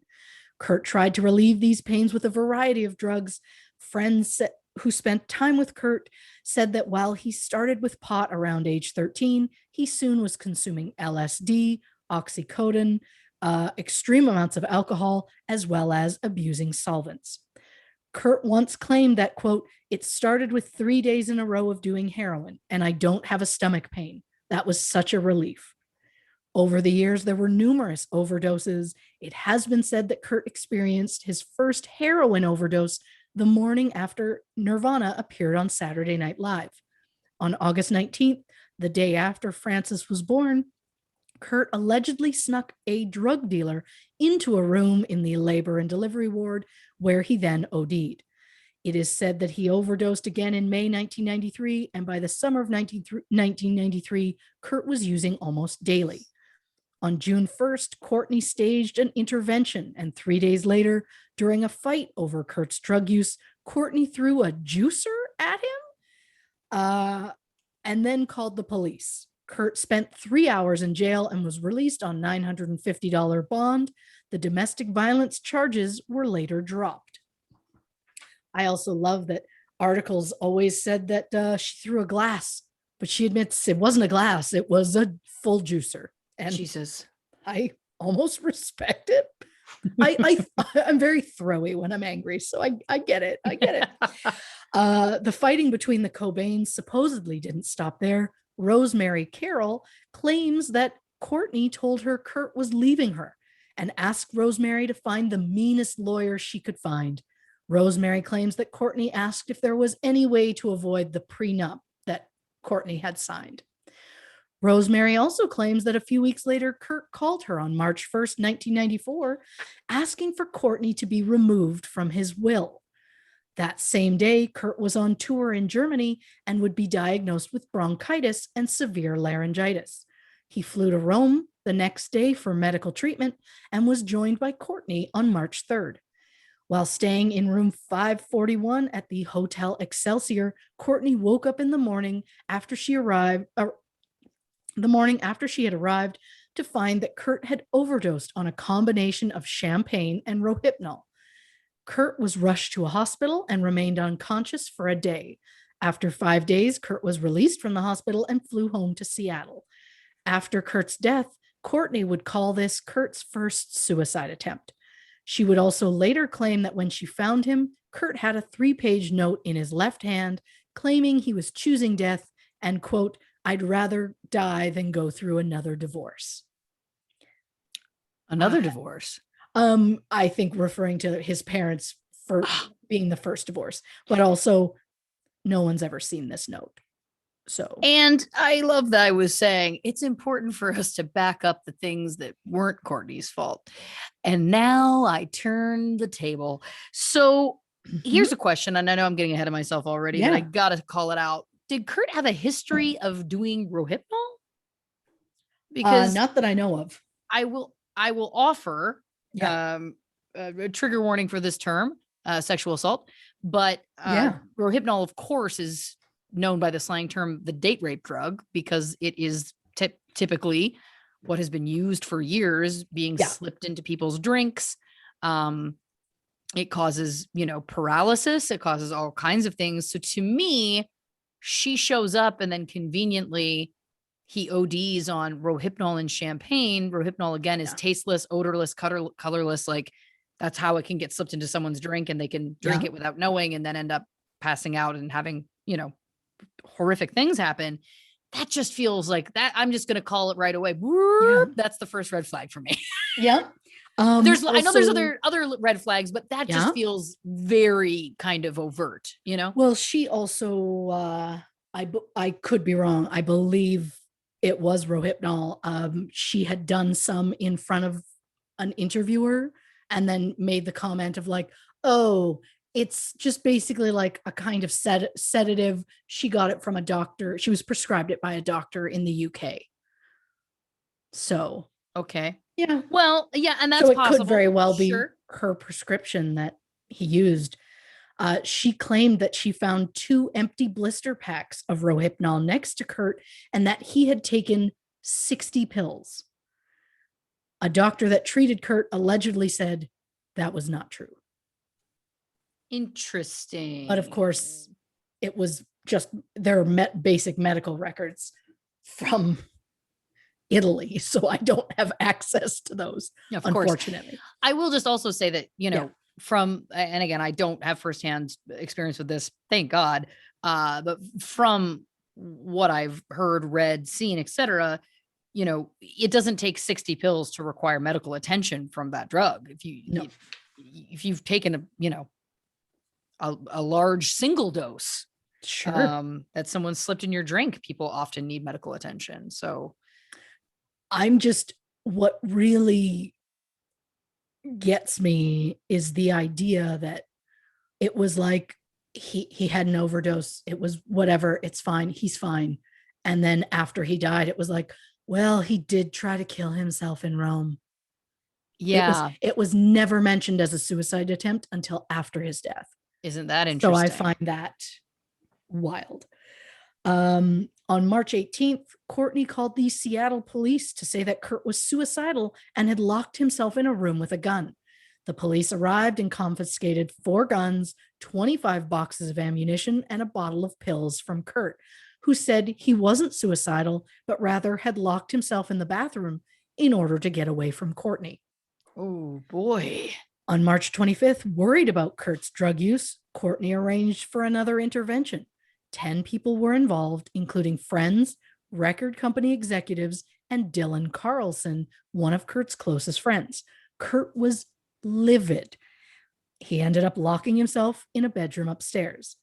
But after calming down, Kurt agreed to enter into a detox program. On March 30th, Kurt and Dylan Carlson went to Stan Baker Sports in Seattle and paid $308 for a Remington M11 20-gauge shotgun. Dylan claims that Kurt said he wanted to have it because of a recent burglary at the house. The gun was registered under Dylan's name, as Kurt was not allowed since the police had seized his weapons just 2 weeks before. On March 31st, Kurt was taken to the airport, where he flew to Los Angeles. Pat Smear and a record company executive met Kurt at the airport and drove him to Exodus Recovery Center. He was assigned room 206. When friends went to visit Kurt, they said there was no indication that he was in any negative state of mind. On April 1st, Francis was brought in to visit with Kurt, where witnesses say that Kurt happily played with his daughter. That same night, Kurt walked outside to have a cigarette and proceeded to climb a 6-foot fence and leave the facility. Once Courtney realized that Kurt had left Exodus, she canceled his credit cards in the hope that he'd be forced to reach out to her. But before she got the chance to cancel them, Kurt used one to buy a ticket on Delta Flight 788 back to Seattle. He sat in seat 2F. Doesn't matter, but I found it out. And I'm bragging. You should. Prior to the flight, Kurt called Seattle Limousine and arranged to be picked up at the airport, but requested that it not be a limousine. I understand limousine companies probably have multiple types of vehicles. I just found it very funny that he was specifically like, I need a limousine company that doesn't have a limousine. So he gets where are we? Kurt arrived in Seattle at 1:45 a.m. on April 2nd and went home to 171 Lake Washington Boulevard East. While he was there, he saw Michael DeWitt, better known as Callie. Callie was an ex-boyfriend of Courtney's who had been working for the Cobains as Frances Bean's nanny. Callie's girlfriend, Jessica Hopper, was also there, but apparently she slept through Kurt's visit. Callie said that he and Kurt sat silently watching TV for a bit before Callie went back to sleep. And then when Callie woke up again, Kurt was gone. Callie, side note, I may not know much about Callie, and I don't know how important he is to our story, but I learned he once dated Juliette Lewis. And I thought that if this is the only way I'm going to get Juliette Lewis a shout out on our show, then I better take it. A lot of listeners have very sweetly called me their spirit animal. And to them, I say, Juliette is mine.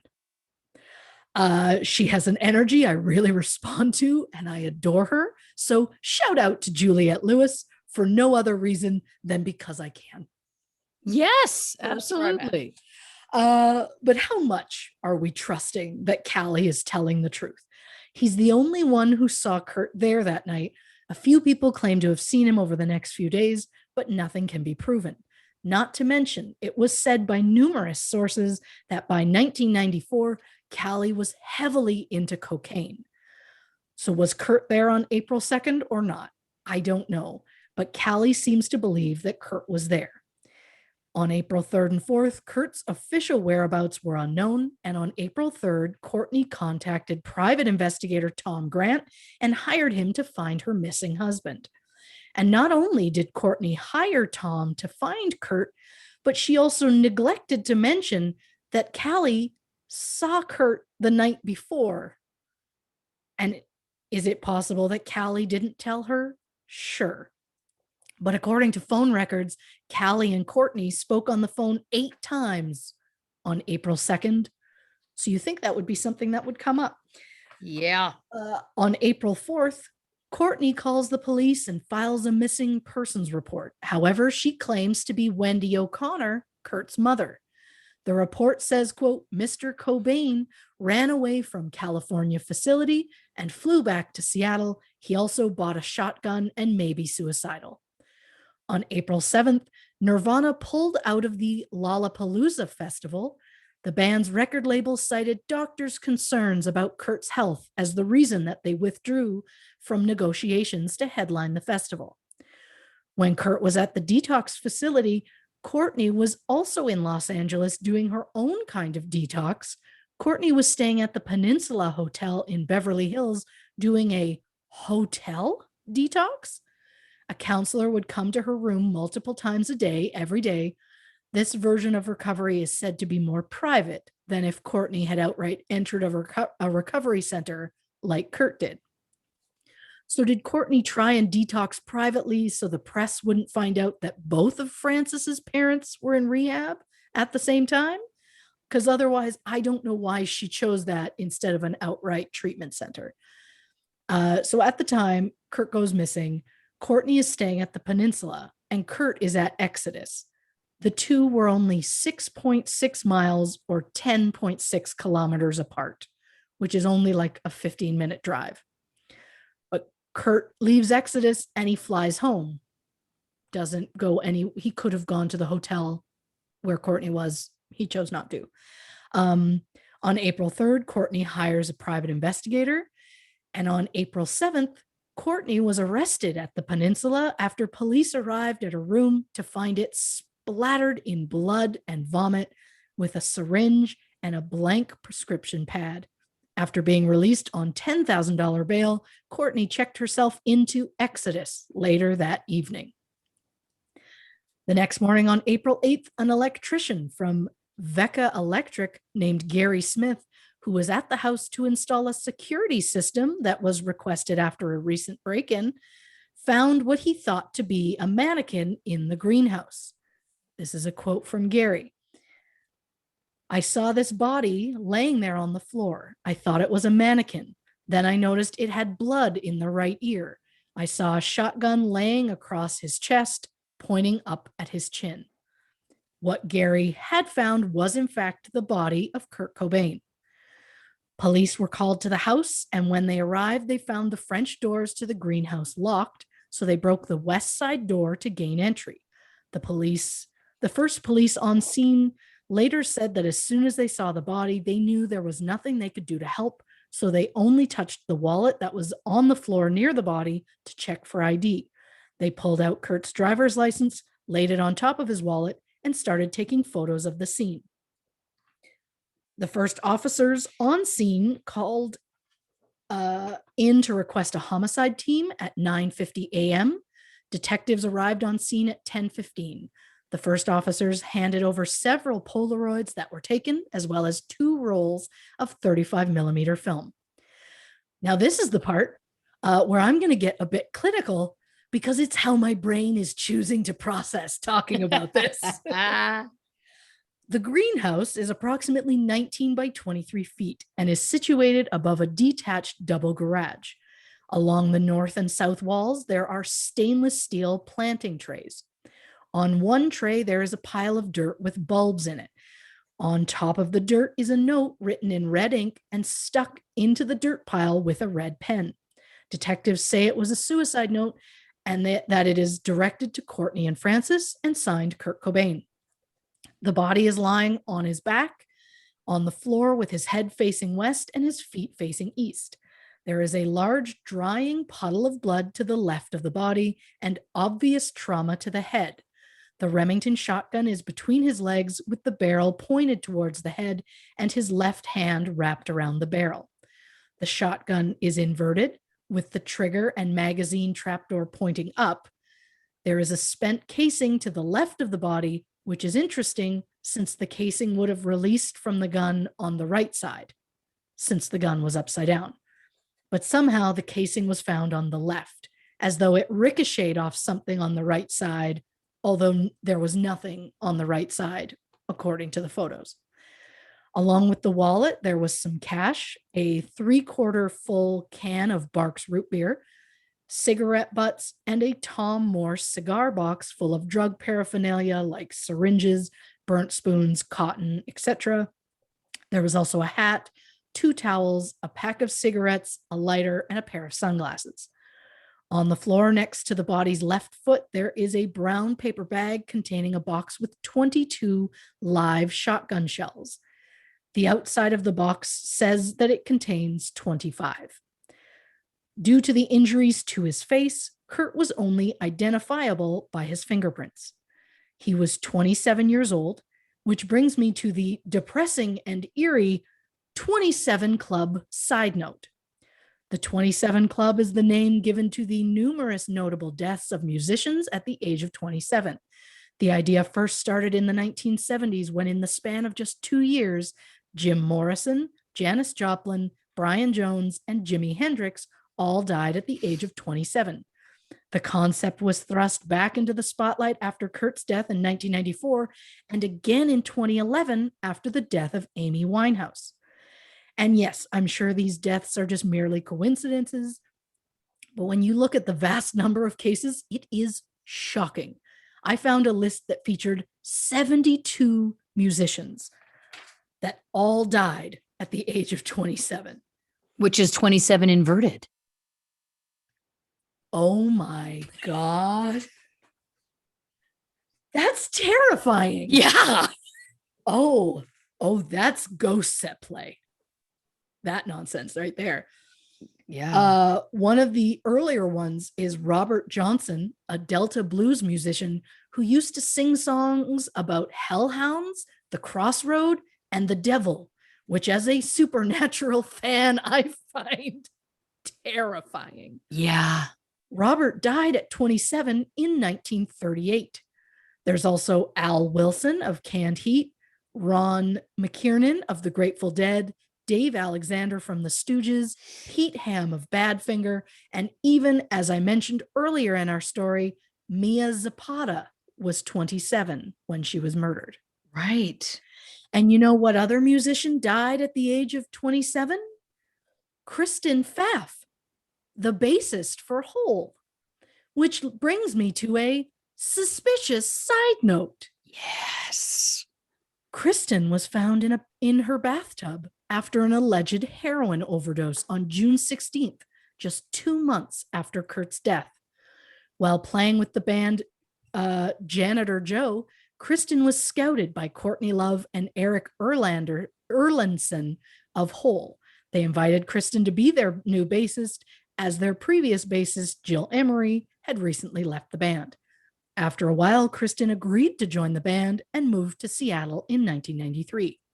In February 1994, Kristen entered a Minneapolis detox center for heroin addiction. After Kurt's death, Kristen decided to leave Hole and go back to Minneapolis, where she did a tour with Janitor Joe. Kristen returned to Seattle in order to retrieve the rest of her stuff on June 14th. At 9:30 a.m., just 2 days later, Kristen was found dead in her apartment by Paul Erickson. On the floor was a bag containing syringes and drug paraphernalia.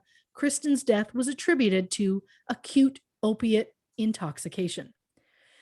I have a lot of questions about her death. Everyone who saw her and spoke with her when she arrived back in Seattle said that she was clean.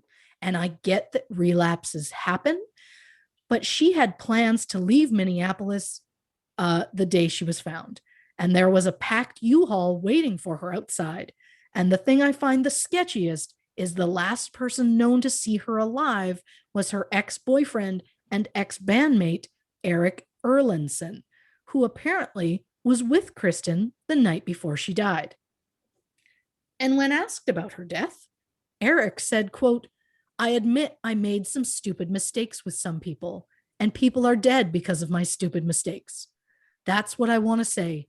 And I want to use that so other people don't make the same mistakes that I made, and other people start understanding. I get emotional about this. We've all lost people." Due to the syringes spread out on the floor, the police automatically called the scene an overdose, and her autopsy, which was done by the same doctor who performed Kurt's autopsy, which isn't uncommon given that they died in the same jurisdiction, stated that Kristen's death was just classic suicide. Really? This doctor believed that Kristen overdosed. However, there's no record of a toxicology report ever being done. I cannot confirm that one was officially done or not, because I can't find one anywhere, and anyone associated to the case says one was not done, so I'm going with them on that. But it's putting so much faith in an ME that he did his actual job. I want to believe he did, but I don't know. And I'm not suggesting that this doctor specifically lied about Kristen's death because he's hiding something. I just find it interesting that she died, and apparently Courtney had become convinced that Kurt was cheating on her. And since Kurt and Kristen were friends, maybe she assumed they were having an affair. After all, Kurt had said that Kristen was, quote, "a fucking talented musician and a beautiful soul." And allegedly, Courtney once said to Kristen, quote, "You fuck my guitar player, constantly make eyes at my husband, and now you're telling me how to sing? Just don't fuck with me because you'll regret it forever." She could also just be all talk, but who, we never know. Another thing that doesn't sit right with me about Kristen's death is she was, in Courtney's interview with Rolling Stone in December 1994, I know that it was shortly after Kurt's death, and Courtney had gone off the wagon, and who knows what she would have been doing at the time of this interview. But when asked about Kristen's death, Courtney said, quote, "I had to go over there and get Eric away from the body. Kristen had been his lover for a really long time."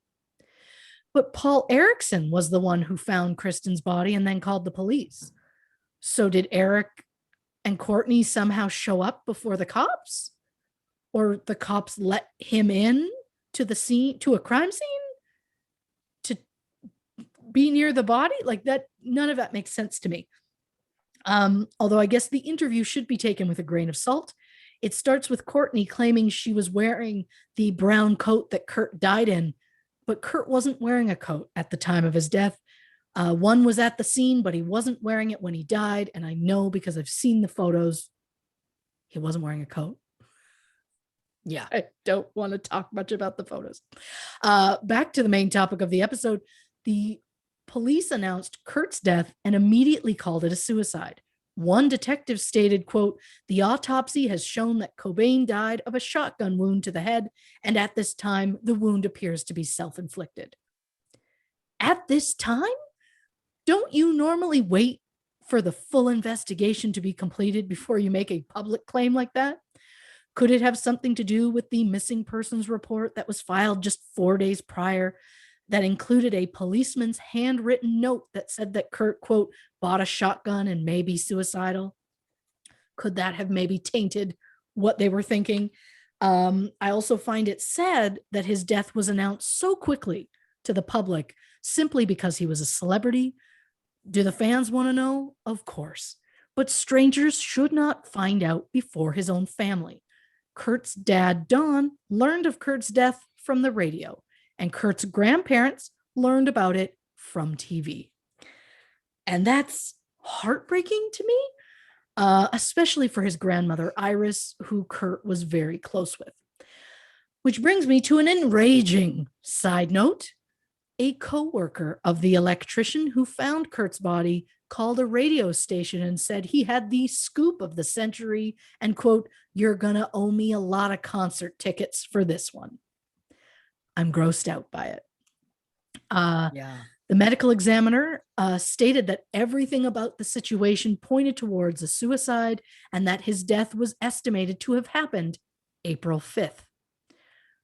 The toxicology report stated that Kurt had trace amounts of Valium as well as 1.52 milligrams per liter of heroin in his system, which is nearly 3 times the lethal limit.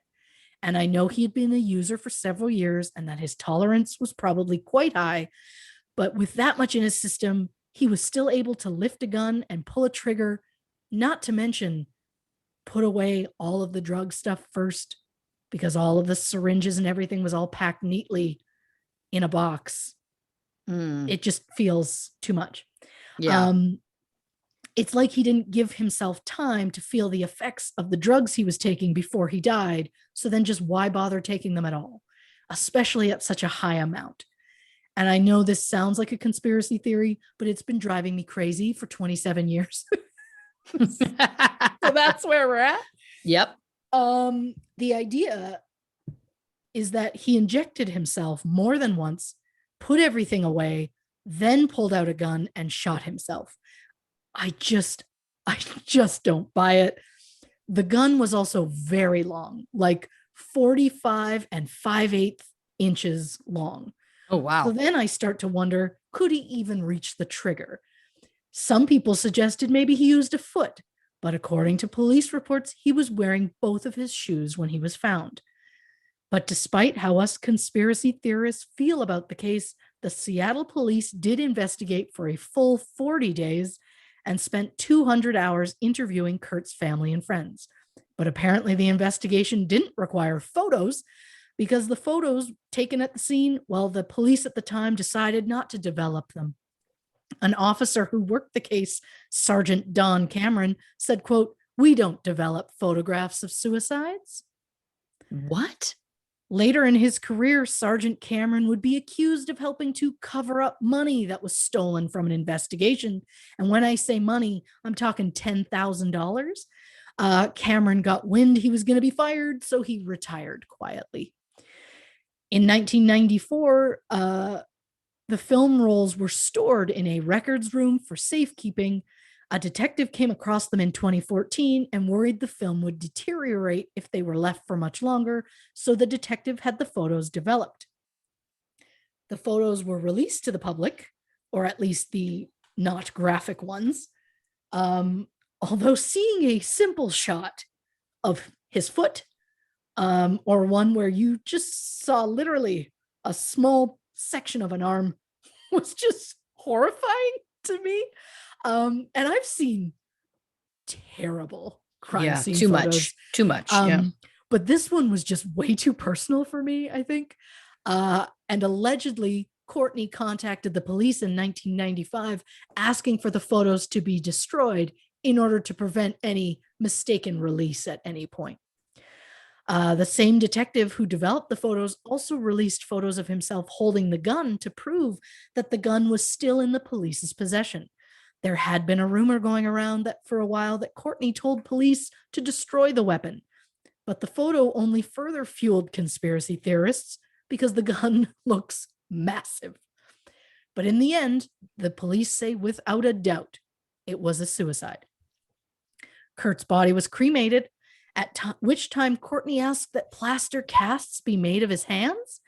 And I'd love to know how often they get a request like that. And then what do you do with them?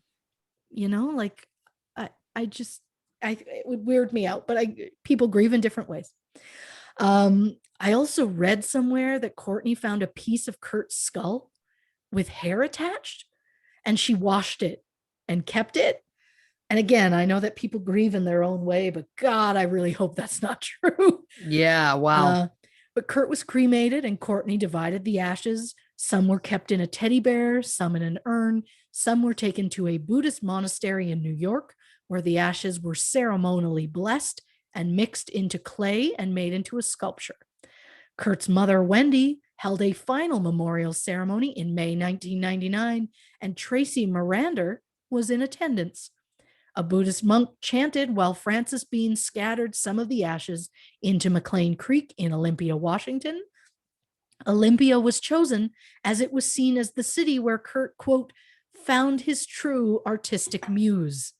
And I wonder if that was a big FU to Courtney, because the muse he found in Olympia was Tracy Marander.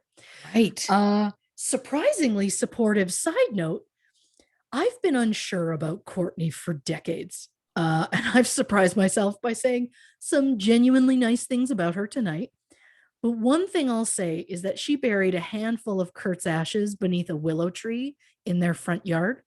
And while that may not seem like a big deal, the part that I really responded to was that Courtney later sold the house in 1997, but added a stipulation that she would be able to return one day and remove the willow tree. And while I may not understand any of that, I just find it so lovely and comforting for some weird reason. So the coroner estimates that Kurt died on April 5th. So he was lying in the greenhouse for almost 3 days, and no one noticed. Oof. It's been said at least 5 people, including police, family, and friends, all checked the house 3 times, and yet no one thought to check the greenhouse. What about the private investigator Courtney hired? How did he not check the greenhouse? Well,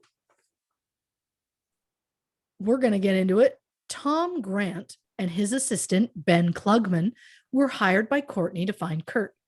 When asked about the greenhouse, Tom said he didn't even know it existed and that no one mentioned it to him. During an interview, Rosemary Carroll said she heard Courtney tell Dylan Carlson to check the greenhouse. And according to the medical examiner, Kurt was there for almost 3 days and nobody found him.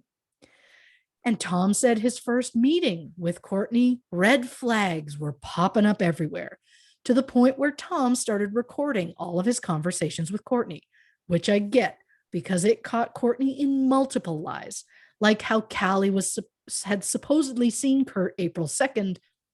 And when Tom was hired April 3rd, Courtney made no mention whatsoever to Kurt being seen on April 2nd. And after Kurt's death, when Tom wanted to interview Callie, who was supposedly the last person to see Kurt alive, Courtney said that Callie was in rehab somewhere, but she didn't remember where. Then she listed off various states where Callie might be.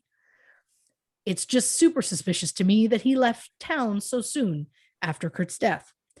Courtney also lied about how many times she called Kurt at Exodus Recovery.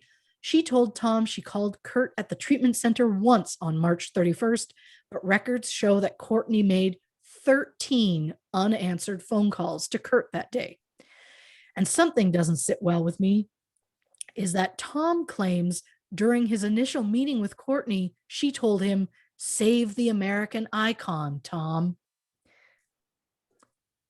Doesn't sit well. Not great. Tom's biggest issues with the case would become the basis for the conspiracy theorists who are known as Kurt Ruthers, who have spent nearly the past 30 years screaming that Kurt's death is sketchy. One of the sketchy issues is the intense amount of heroin in his system. Tom claimed that the gun, shells, and note had no discernible fingerprints, and the gun was not checked for fingerprints by police until May 6, 1994, almost a month after Kurt's death. Tom also points out that forensic pathologist Dr. Cyril Wetch, who I mentioned during the Anna Nicole episode, looked at the autopsy and toxicology reports and said, quote, "For most people, including addicts, 1.52 milligrams per liter is a significant level." And that would be, quote, "a level that would induce a state of unconsciousness quite quickly. We're talking seconds, not minutes." Could someone have been in the room with Kurt at the time? It's possible. After all, since the shell casing was found on the left, even though the gun expelled it on the right, it's been suggested that something, or possibly someone, was on the right and the casing ricocheted off of them. And while the doors to the greenhouse were locked, when Kurt's body was found, it was a simple push button lock. And if someone was with him at the time of his death, they could have easily pushed the button and then closed the door behind them. And just like with the Vanity Fair article, after Kurt's death, those closest to them were quick to suggest that maybe Courtney was involved. Rosemary Carroll, the Cobain's attorney, told Tom, who recorded almost all of his conversations, that she believed Kurt was murdered by Courtney. And I don't think that Courtney specifically did it, but I won't rule out that she may have been involved in some way, allegedly. Mm-hmm. And there's also the theory that Courtney hired a musician to take Kurt out. Eldon Hoke, who was best known as the drummer and lead singer of the shock rock band The Mentors, in 1996, while some authors were researching for a book about Kurt's death, Eldon claimed that Courtney offered him $50,000 to kill Kurt. But since investigative authors need more than just a claim in order to publish it as fact, the writers met with Eldon to check out his story. They said Eldon was disheveled, drunk, and somewhat pathetic. So apparently, Eldon had a connection to a woman who Courtney recruited as a drummer for her band Hole. In late December 1993, Eldon claims that Courtney approached him at a store that he was known to hang out in, asking him to kill Kurt. Eldon claims that Courtney told him that he should make it look like a suicide. The man behind the counter at the store, who happened to be the manager, remembers the day Courtney Love pulled up in a limo and got out to speak with Eldon for a few minutes, but the man doesn't know what was said. Then this manager claims that in late March 1994, Courtney called the store looking for Eldon, but he had gone on tour with his band. The manager claims Courtney said, quote, "I need to talk to him. He's got a job to do." Now, all of this, of course, is circumstantial. The manager, if we can even trust him, claims that Eldon has a reputation for doing anything for a buck. Then the show Hard Copy gets wind of the story, brings Eldon on. He was given a polygraph test on March 6, 1996, which led them to believe his story was completely truthful. Eldon was outright asked, "Did Courtney Love ask you to kill Kurt Cobain?" And his answer showed a 99.91% certainty that he was telling the truth. Is he telling the truth? Or has he told himself this story so many times that he truly believes it? Well, documentary director Nick Broomfield believed it enough that he interviewed Eldon for his new documentary, Kurt and Courtney. So Nick flies to California to interview Eldon, where he claimed again that Courtney had recruited him to kill Kurt, but he didn't go through with it. Then Eldon claims that he knows who did kill Kurt and claims it was a musician named Alan Wrench from the band Kill Alan Wrench. Apparently, the band's website declares that the band is, quote, "all about the 4 rock essentials: satanic worship, alcoholism, spousal abuse, and self-destructive drug use," which is unsettling at best. I've not heard that before. Yeah, no. So Eldon gives this recorded interview to say he was propositioned to kill Kurt, but that Alan was the actual shooter. 8 days after the interview, Eldon was found dead on the railroad tracks in Riverside, California. He'd been hit full on by a freight train and was decapitated in the accident. The official cause of death was listed as misadventure. When Alan was later interviewed about Eldon's death, Alan claims Eldon was one of his best friends. Then Alan said he was the last person to see Eldon alive. Alan said, quote, I drove him to the liquor store that night, but I dropped him off in front of the store. And then I went to pick up this chick. I never saw him again. Later, I heard he got run over by a train a few minutes after I dropped him off. Is any of this true? I don't know. Is it all just these guys' way of making money off Kurt's death and claiming that they have information that people might pay to hear? Possibly. Eyewitnesses claim that in the late 90s, Alan seemed to come into some sort of money, although he would never go into details when people asked him about it. So I'm all over the place about how I feel about any of this, which is the right time to move on to Kurt's memorial. A public vigil was held April 10th at Seattle Center's Flag Pavilion. An estimated 7,000 people attended. Pre-recorded messages from Chris and Courtney were played for the crowd. Dave Grohl had no part of it. And honestly, I'm not surprised. Dave later said the news of Kurt's death was, quote, probably the worst thing that has ever happened to me in my life. Get the blankets. I just want to hold him. Probably for more reasons than that. Courtney arrived at the end of the vigil and handed out some of Kurt's clothing to the fans that were still there. In Courtney's recording, she read Kurt's suicide note. So we're going to talk about the suicide note. To start with, the note was written in red ink and was found on top of a pile of dirt with the red pen stabbed through it. The letter is addressed to Bada, Kurt's childhood imaginary friend, which is kind of lovely, although maybe that's not the right word for it. And as a heartbreaking side note, when Kurt was about 2 years old, he was recorded saying Bada's name. And I don't know how it's out there, but there is a clip somewhere on YouTube of toddler Kurt calling Bada over and over again. And it is probably the most heart-wrenching thing in the world. I don't know if it's because he was so young or if it's because it was so pure, but it damn near broke me. I still hear it, even though it's long gone.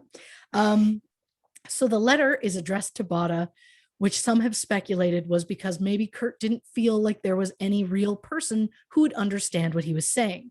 Some also suggest that Bada was an intimate childhood secret that even Courtney didn't know about. So this suggests that Kurt absolutely did write the note. And I truly believe he did write it, at least up to the part where he signed his name.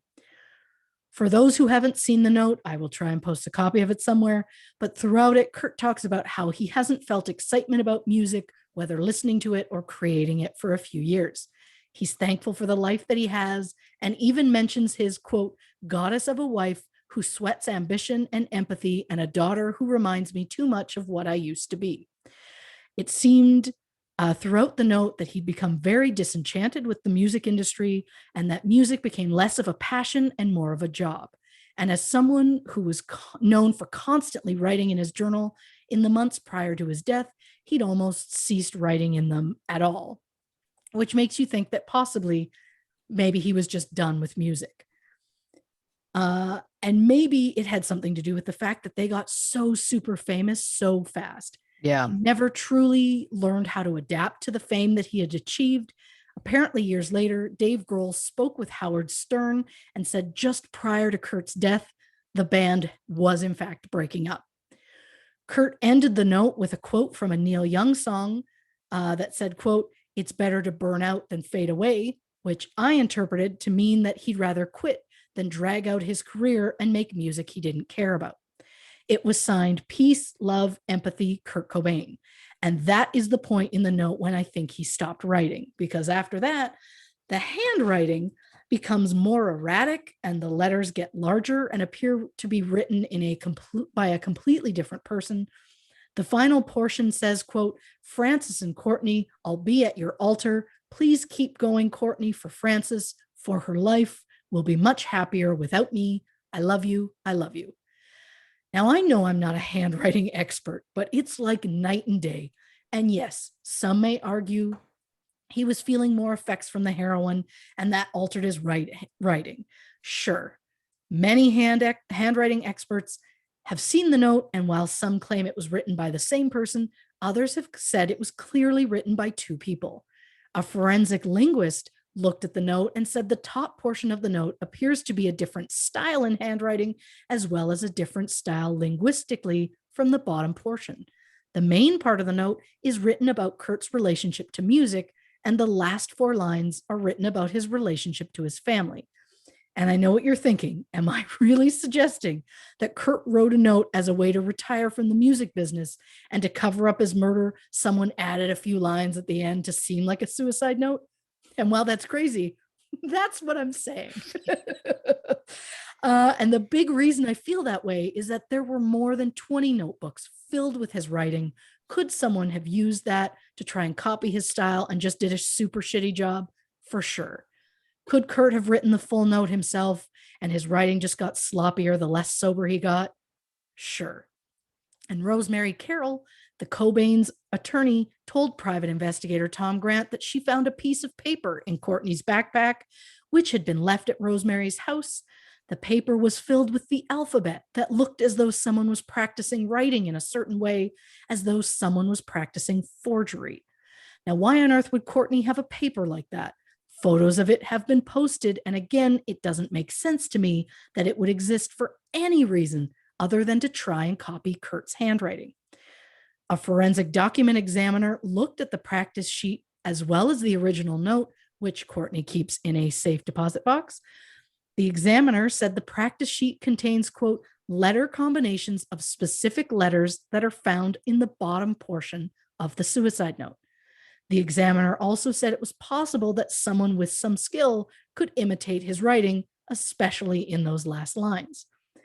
And where would someone get samples of his writing? Well, in his lifetime, Kurt had filled those dozens of notebooks with various drawings, letters, shopping lists, song lyrics, journal entries, all of that.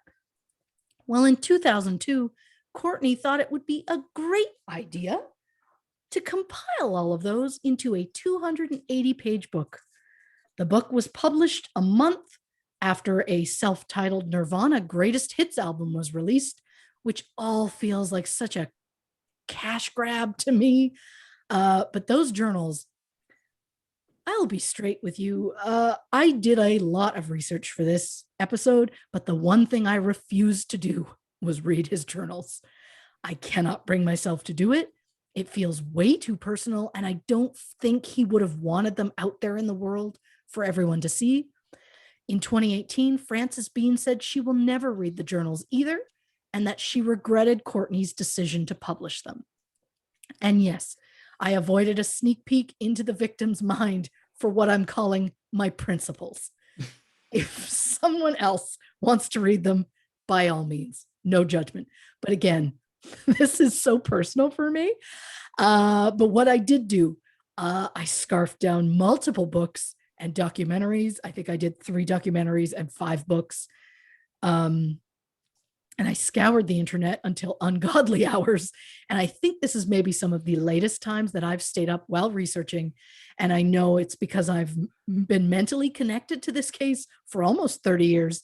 And so I've put so much pressure on myself that I need to make sure that I present it at least half well. And that's the thing with this case. It's been 27 years since Kurt's death, and people are still talking about it. A spokesperson for the Seattle Police Department said the department receives at least 1 weekly request to reopen the investigation.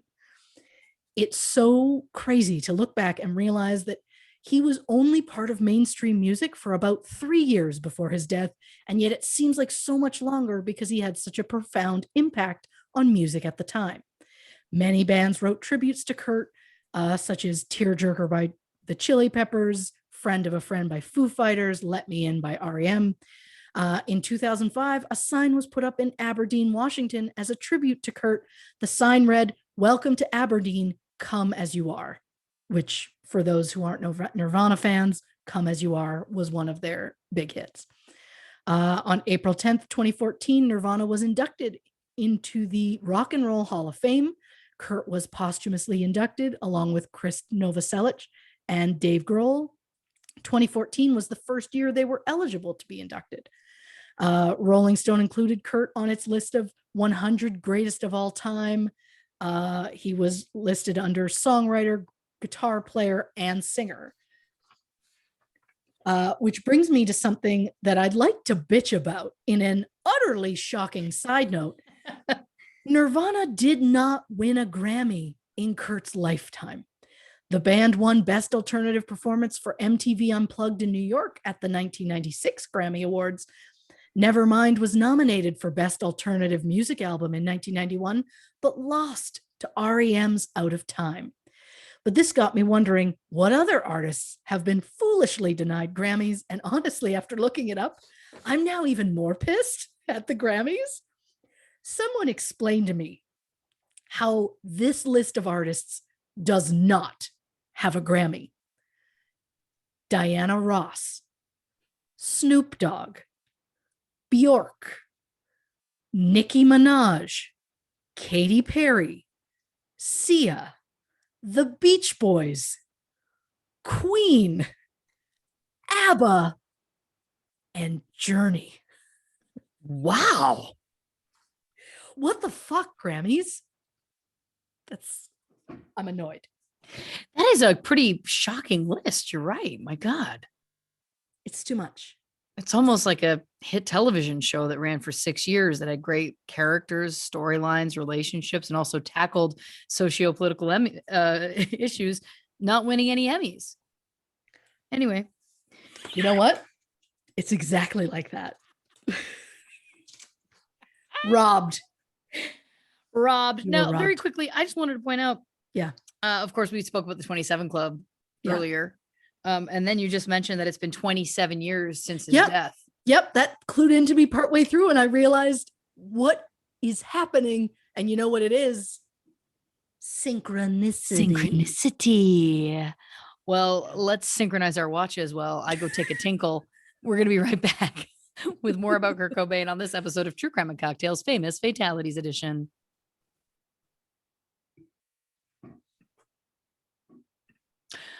Welcome back to our Kurt Cobain episode of True Crime and Cocktails. Where did we leave off? Synchronicity. That's where we left off.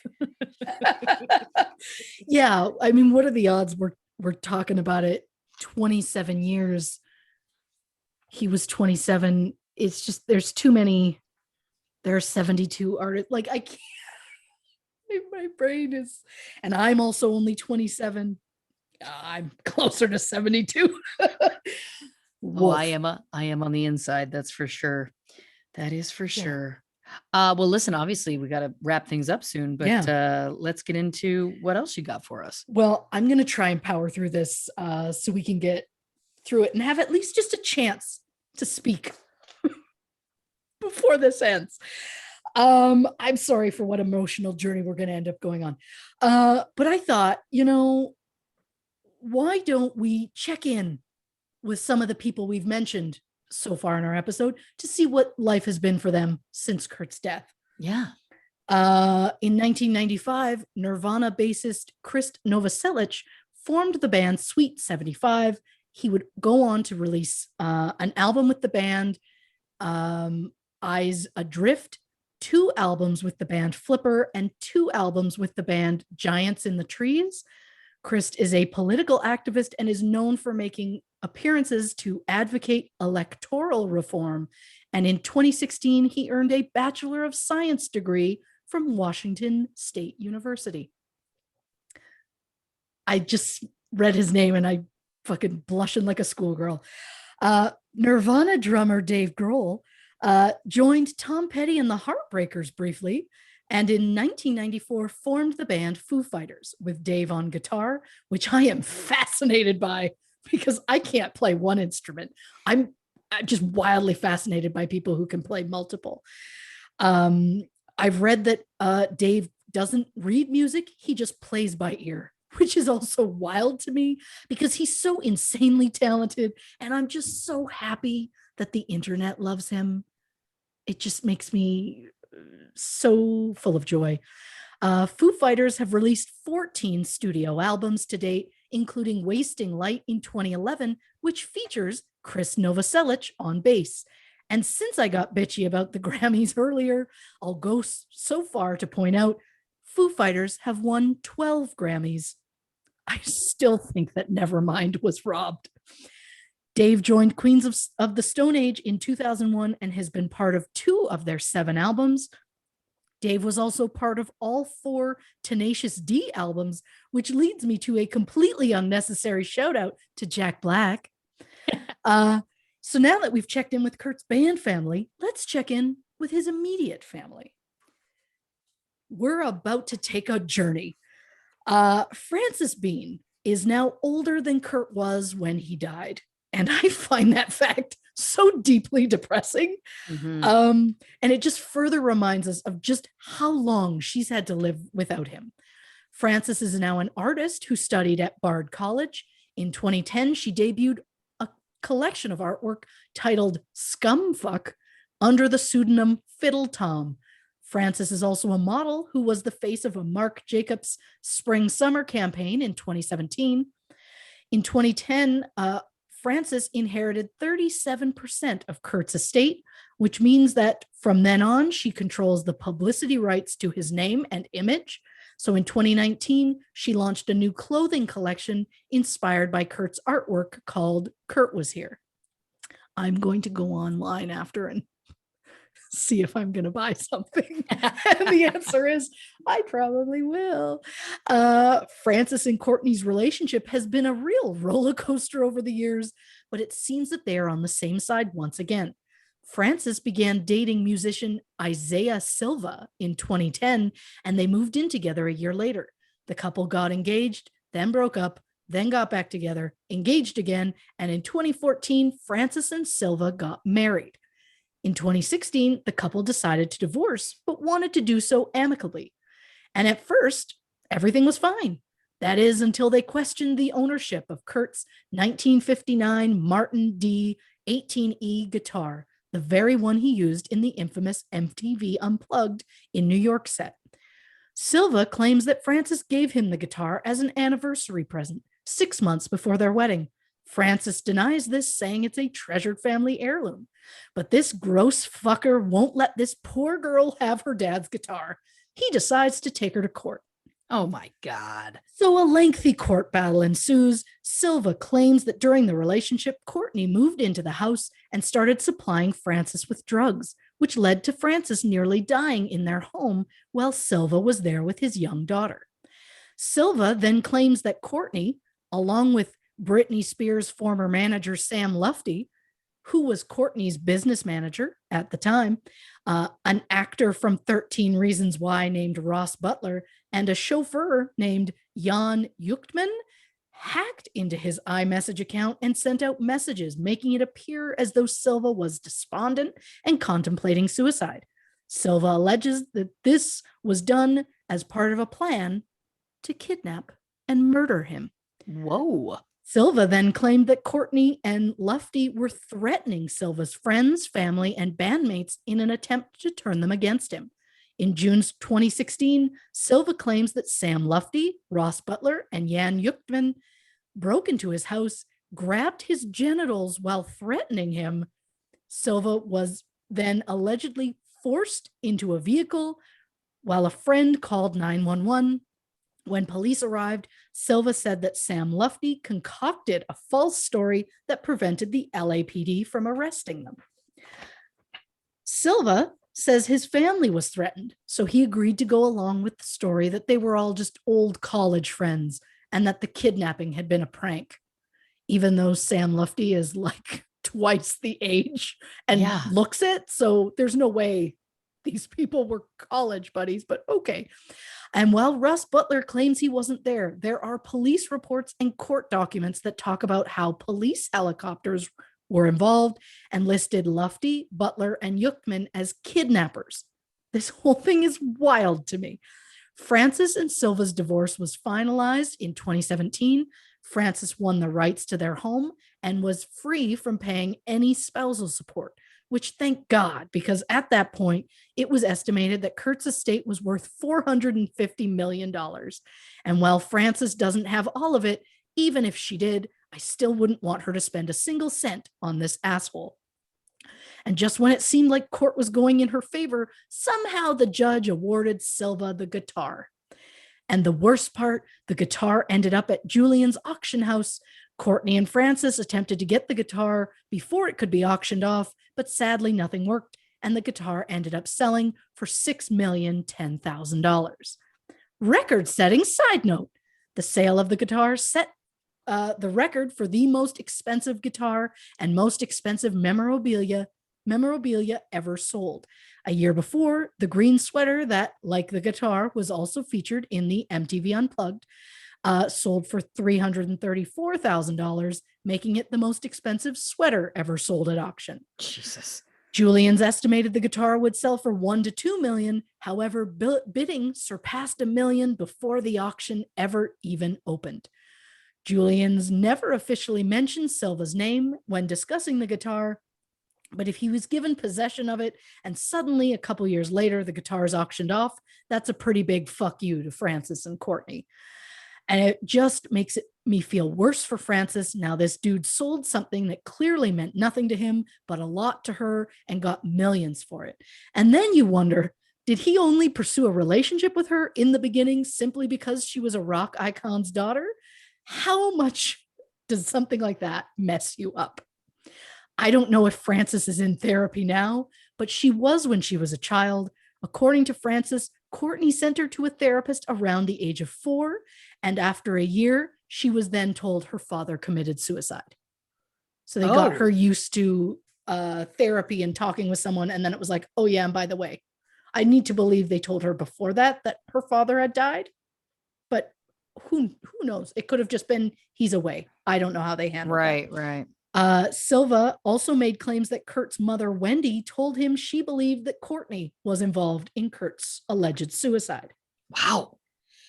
And while the divorce and the guitar legal battle was over, there was still the legal dispute between Silva and his ex-mother-in-law. However, it seems as though Silva didn't show up to court and then didn't supply an accurate email address or something. But it said that Silva might be representing himself in the case now, which just feels like setting yourself up for failure. Yeah. I just have a lot of questions about him, but I just don't want to waste any more time on this dill hole. Of course. I did specifically write dill hole. Thank you. In 2019, Courtney took out a 5-year restraining order against Sam Lufty for verbal abuse and threats over the phone and through social media posts. So as we learned from the Britney Spears episode, it turns out Lufty isn't exactly the best dude. And speaking of Courtney, despite the fact that it's none of our business, I came across a list of men that she's dated since, and I don't think I knew of any of them. And I find it fascinating. And I assume that our listeners would also find it fascinating. So here we go. Men who Courtney allegedly dated. Noel Fielding, good for her. Scott Wayland, Trent Reznor, Edward Norton, Gavin Rossdale, and Steve Coogan. Courtney talked about how much she hated one of her albums and said, quote, "But like Steve Coogan or crack, it's one of my life's greatest shames," which feels pretty bad. And I just want to know what went down between them. They were supposedly only together for 2 weeks. Yeah. I just want to know what went down, because it seems like it was a lot. Again, it's not my business, but if people know. Well, very quickly, side note, Yes. Lauren takes things on a tangent. Side note. I just want to preface this by saying I think Steve Coogan is a comedic genius, and I think that Alan Partridge is some of the funniest shit that ever in existence. Oh, there's a but. But he allegedly, this is alleged, but from what I have heard, he was married and had a child. And I think when he went through his divorce, he went a little party. He went on a little party tangent. And I think it was when he was filming something with Owen Wilson, that there was rumor that they were like getting into a lot of trouble, like a lot of cocaine, a lot of strippers, like that kind of stuff. So I have heard that also about Courtney Love, that she said that was one of her biggest regrets. And I was like, wow. Yeah. Really? That feels wow, coming from her. So I don't know what the, kind of deal is there, but I will say that there has been, again, speculation that he went through at least a phase of some real getting your yayas out. You know what I mean? Kate? Yep. Well, you know what, folks? I said, if somebody knows, I should have known she would know. Yeah. Also, very quickly, Lauren continues the tangent. Side note, she and Ed Norton dated secretly for years. And at one point, I can't remember when, her house was burglarized and she had a bunch of very, very expensive jewelry stolen. And it was all gifts from Edward Norton. Interesting. Yeah. Huh. I've got one more thing about Edward Norton. Please. I went to a casting directors awards show before the pandemic. And basically it was like honoring greatness in casting things. Sure. And so there was a woman, and I'm so sorry I forget her name, but she cast Primal Fear, I believe, with Edward Norton, which of course was like one of his big things. And she told a story about how he came in for the audition and he went into the room and said, "Can I have the room, please?" Which, as an actor, floored me. The idea that I would turn to the casting people and go, "Could I have the room for a minute?" I was shocked. I would never. I did talk to some casting directors that night that said some actors do it. That, again, just truly shocked me. But anyway, she came in eventually to see if he was ready, and he was sitting on the floor.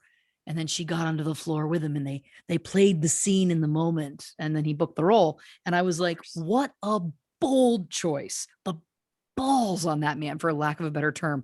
Because think about it. You've cleared the room. He's never really worked, I don't think, prior to this. He clears the room. I need time. Doesn't tell them he's ready. Waits for them to come to him. Is sitting on the floor, and then is lucky enough that the casting director is like, "Okay, I'll play ball." It could have gone the complete opposite way. He could have become a pariah. But anyway, I thought that was fascinating. That is insane.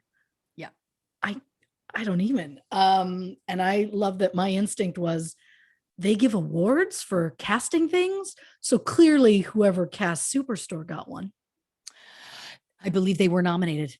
They should have been. You know what? Casting isn't always recognized in awards shows, which I do think is a shame, because I do think that it is a huge part of the success of anything. Yes, there are multiple things where I will annoy my husband. I could stop there. But where we'll be watching a show or we'll be watching a movie or something, and I just will repeatedly go, but it's just like so perfectly cast every time. So yes. Oh God, I'm running long. No, it's okay. It's me. I've derailed us. No, well, it's for the best, because now we get into a section that I've entitled My Feelings. It's not my theory. It's my feelings. I'm not going with my head. I'm going with my heart. Every case that we do tends to have an effect on me in one way or another. Sometimes I'm familiar with the victim or the story beforehand, whereas sometimes it's all relatively new information for me. But this case in particular was incredibly personal for me. It really took me back to a time I had almost forgotten. I have spent the last week feeling like I did when he first died. I was reminded that in 1999, Rolling Stone magazine came out with a special 90s issue that listed Kurt as the artist of the decade. He was featured on the cover in a suit and tie, and I not only hung that cover on my wall, but I put it in a frame because I was scared to hurt it with push pins or stain it with any sort of fun tack. And as creepy as it is to admit so publicly, after coming across the same cover on Google, I was immediately reminded of just how much time I used to spend just staring into his eyes. And I learned a lot of things about Kurt that I hadn't known before. And a lot of those things were unpleasant at best. Some of those things I chose not to mention in my notes, partially because I had to make this episode something that I could get through personally. And sometimes you have to make cuts for the sake of time and relevance. Was he the greatest human? No. Did he do things that he regretted? Of course. Was he also known for being funny and incredibly smart and had such a love for creating imagery, whether it was through his art or through his music? Yes. Oh, Christy. The amount of times in the last week that I've seen photos of him and in earnest said, God, it's a shame I'll never know what his lips taste like. Oh my God. It's again, I have reverted back to 14 and I don't know how to handle it. He was also a huge animal lover and his favorite food was Kraft macaroni and cheese, which I find incredibly endearing, although I think it had more to do with the fact that it was probably gentle on his stomach issues, but still I find it charming. And it's this level of delusional fangirling that has forced me to take a lot more breaks than usual while researching. And I really struggled with my notes and getting them written in a timely manner because therapist hat, it wasn't really about the notes. I was just trying to postpone feeling the emotions that this was all drudging up. And looking at crime scene photos was one of the worst parts of my week. I gasped. I genuinely gasped at a photo that just showed a section of his arm. And that was it. Like, it's a problem. It just reminded me of how much Kurt meant to me when I was younger. He came along at a time when I was a brooding teen who was struggling with overwhelming emotions. And as cheesy as it is to say, he made me feel like he understood. It rips my heart out that he spent so many years trying to make something of himself. And when it actually happened, he just didn't know how to cope with it. Before his death, Kurt had been talking with friends about wanting to go in a more acoustic direction with his music because he wanted to be thought of as, quote, a songwriter and a singer and songwriter as opposed to a grunge person. And as a fan, it breaks my heart to know he wanted to be known as more than just grunge, and he ended up becoming the face of the genre. He is synonymous with grunge, and it's sad that I know that he would hate that. And finally, a brief lighter moment in my pout parade. For those who want to know and haven't asked, and for those who don't want to know and don't have the ability to stop me, I think Nevermind is easily one of the best albums of all time. To me, it is 90s perfection.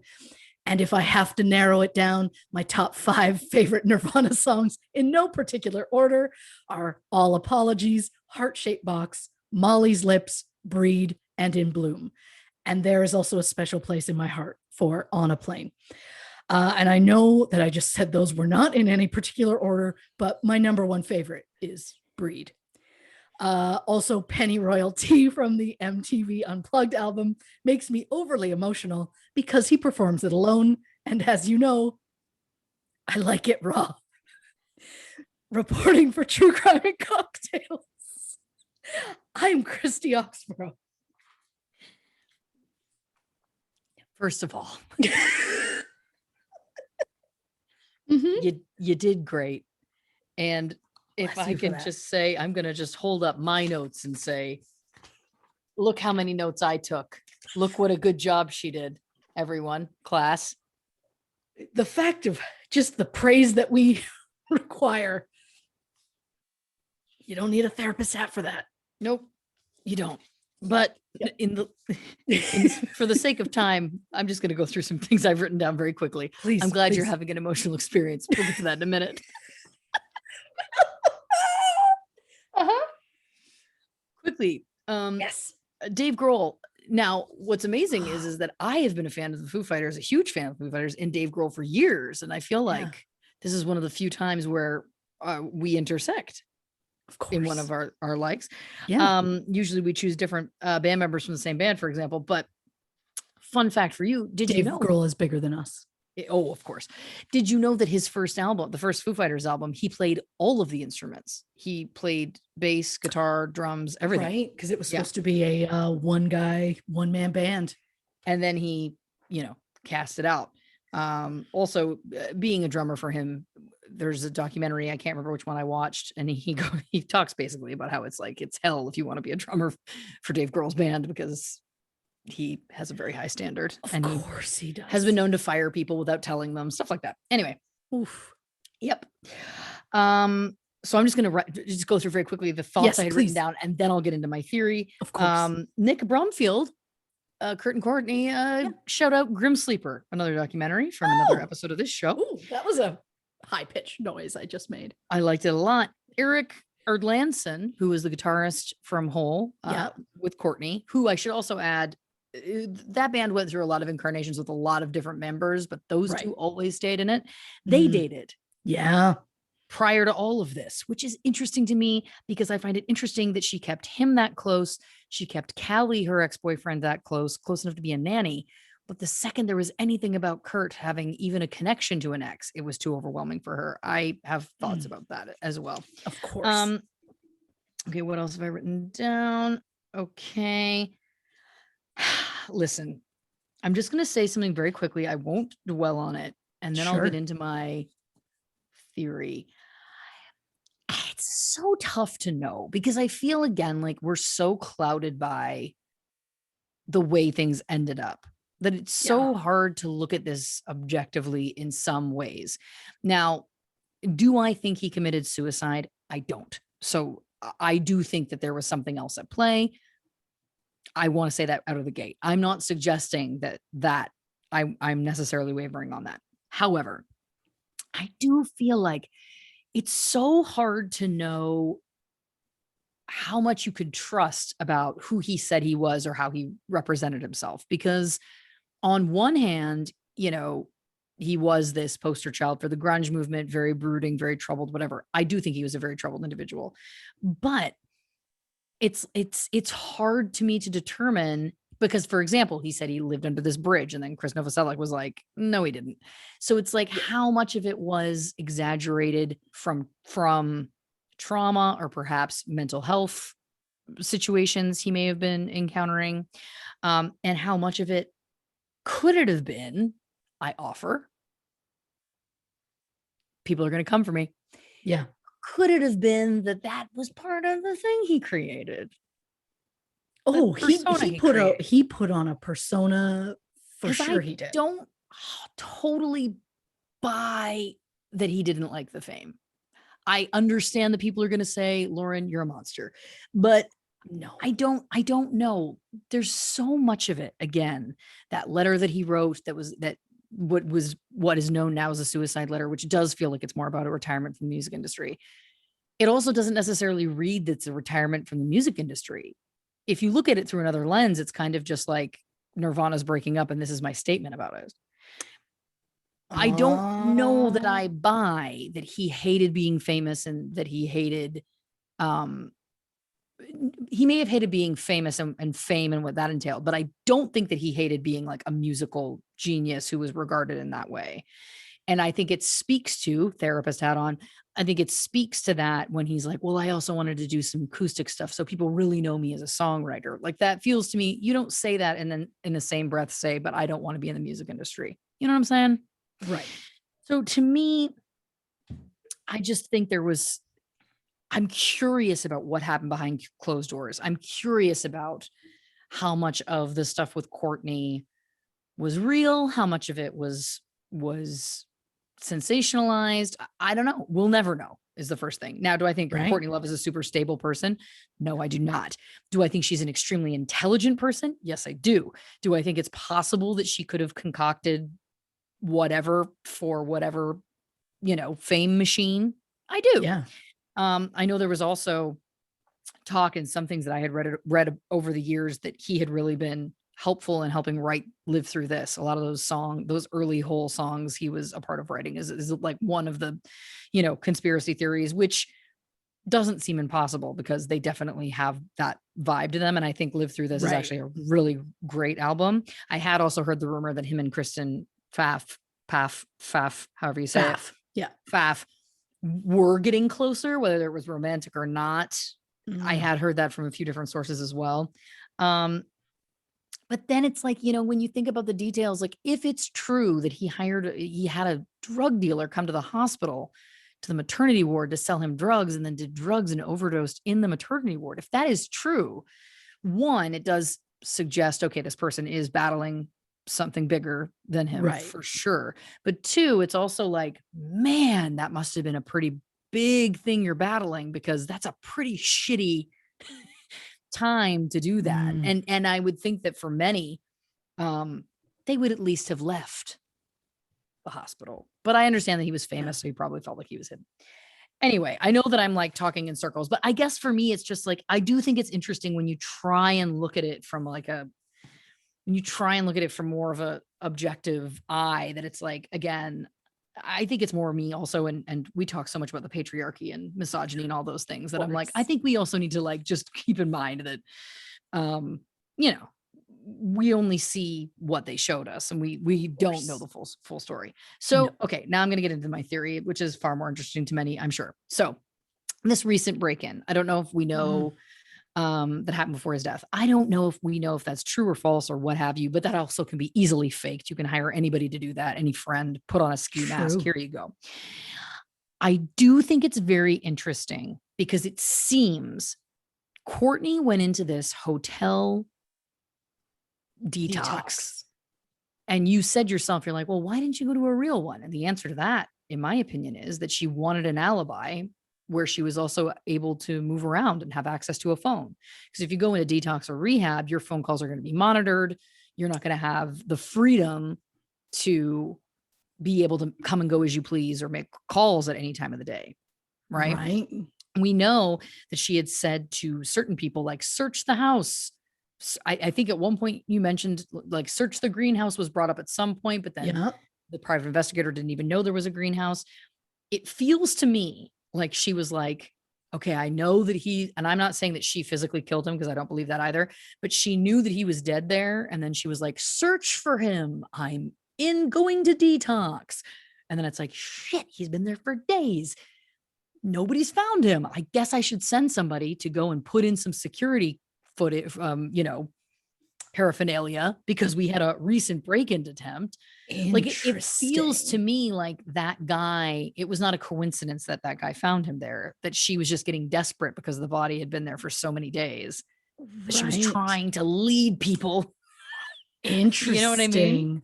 I wondered if because she put herself into a specific rehab center the night before he was found, because she knew that guy was going there.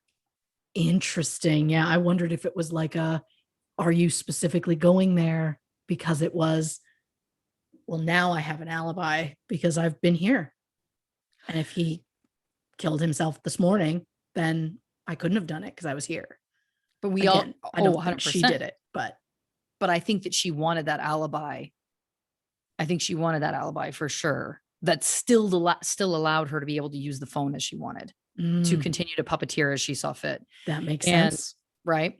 And I think that then when it was like, no one's finding him, she's like, fuck. So she sent the repair guy or whoever he worked for and probably called the night before, can you go tomorrow to check to, install this thing? And that's when she literally threw the shit fit in the hotel room and checked herself in, because then she's like, okay, they're going to find him now. That's what it seems like to me. Interesting. Well, I also have questions about the man who found him. Well, that too. Because his quote, I don't have it here, but he said he thought that Kurt was simply sleeping when he found the body and thought it was a mannequin. But once he noticed a bit of blood coming out of an ear, that's when he knew there was a problem. But from my understanding, Kurt had to be identified by fingerprints due to the massive injury to his face. And yet Gary, the electrician, didn't notice that. And I just feel that massive facial trauma would draw the eye. Like I feel like that would be the first thing you'd notice. But he's making it seem like he saw nothing. It was, he had like a little bit of blood in that, but also like, how close did you get? The door was locked. Great point. So it's just, I have a lot of questions about Gary. I have a lot of questions about a lot of it, but yeah. The other thing I wanted to say was the suicide note in question, which again, I don't believe was that. No. There was no date on it, was there? There was not. Right. So it's very possible that it could have been pulled from any of the notebooks. There was 20 notebooks found there. I mean, that could have been pulled from any time, any place, and then had the addendum written on the bottom, right? Like, to me, it's like, yeah, he could have written 10 drafts of whatever that letter was. And I know that she then released his journals as a book more recently. Right. That's what she's releasing. There's nothing to say that she released every single word he ever wrote in every single book. It's right? True. She could have easily picked and choose what she was going to. Of course. I think that that's got to be the case. It's interesting to me, again, that their lawyer, who was their child's original godmother, turned on them so hard. I think that that's very interesting and says a lot. I think, again, Courtney getting caught in so many lies is such a huge thing to note, especially to the private investigator. It just feels to me, and it's so hard to know, but it does feel interesting to me also that this Callie guy was apparently the last one to see Kurt alive, but then randomly went to rehab and was like never seen again, or, through that time. Who is also the nanny of their child, but then their child went to live with other people. I don't know. It's just, it feels to me like Courtney is one of these people who has that like je ne sais quoi, like that real charisma, whatever, that electricity about them as someone. Like, probably like the best thing to compare it to would be like, a cult leader. And I say that with how, I'm not kidding, but like somebody who makes people like buy into what they're selling. You know what I mean? And it feels like, doesn't it feel possible that Callie, who is this ex of hers, that now he and his girlfriend care for their daughter, which is a huge, I mean, I know that there's lots of people that would say that that's a, non-traditional situation they'd be fine with. Sure. I think that that's, very, very advanced, much more kind of open-minded than most, I think, especially during that time. But my point being is, isn't it possible she tried to get someone else to do it? She may or may not have. Or could she not have just convinced this friend of hers? He was the last one to see him alive, quote unquote. Isn't it possible that Kurt got home? They were like, let's go get high in the greenhouse. And then it's over. I mean, it feels so easy. Like, it doesn't feel like it even requires a huge amount of kind of espionage. Do you know what I mean? Like, it's like, they get high, or, Kurt gets high, he gets too high. Callie potentially does the second shot, or whoever does the second shot. So then, right. And then they make the gun shoot and leave the note and they're out. Like, it just feels like it's like such an easily staged scene. It doesn't feel like there's even a lot of effort that would have had to go into it. I also, as a mother, thank you, would never let someone who is responsible for my child in any way be known. Like, he struggled with a major cocaine problem. And so it's like, I'm not interested in that. Like, how can I trust that things are going to be fine? So I have a lot of issues with him specifically. And I don't think that she did it specifically, but I can't buy that he did it himself. I can't buy that Kurt did it. I think Kurt definitely was getting high. I just don't know. I just don't believe that he shot himself. I don't either. And the point that I was trying to make earlier that I don't think I was very articulate with, but was that I don't believe that he was so despondent about his life at that point. I don't believe that. And I know that that I am not suggesting, I know that people can present one way and be going through something very different and very difficult internally. I'm not trying to be glib, but my point just is that it just doesn't feel like that was the time. It just doesn't. There was nothing else that was pointing towards that other than these alleged suicide attempts that were only labeled that by Courtney. Yeah. Yeah. We're putting a lot of faith in her on things. Which again, we tried to point out the things that, you know, she was blamed for that were unjust. And let me tell you, the list is short.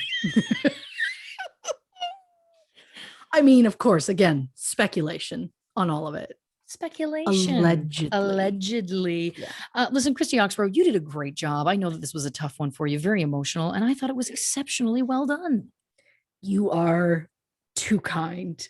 And the only thing I have to say, which I know you're going to appreciate because why, Christy? My top 5 favorite Foo Fighter songs are Times Like These, Best of You, Everlong, Learn to Fly, and my number 1 favorite is Walking After You. I just want everyone to know that she didn't pull that out of her head. She looked down at her notes. She was waiting to be asked. Oh, I wasn't waiting to be asked. My note outright just says, I'm going to mention this. Excuse me. I'm so sorry. Yes, of course. I had to write it down in this moment. I'm in a state and I don't know what is what. So just all over the place. I love it. And you've listed most of my favorites as well. So bless.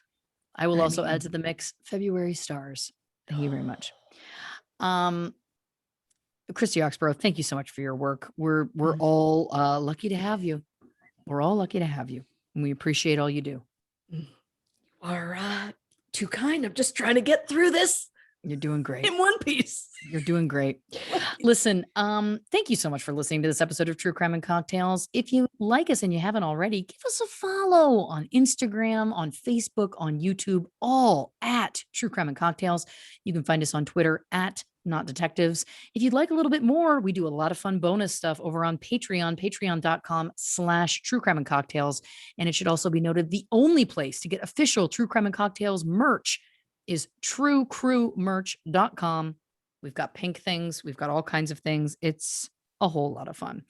Do you want to tell them about next month's? Next week's episode? Jeez. I don't think they'd let us take a month off. No, nor would I. Yeah.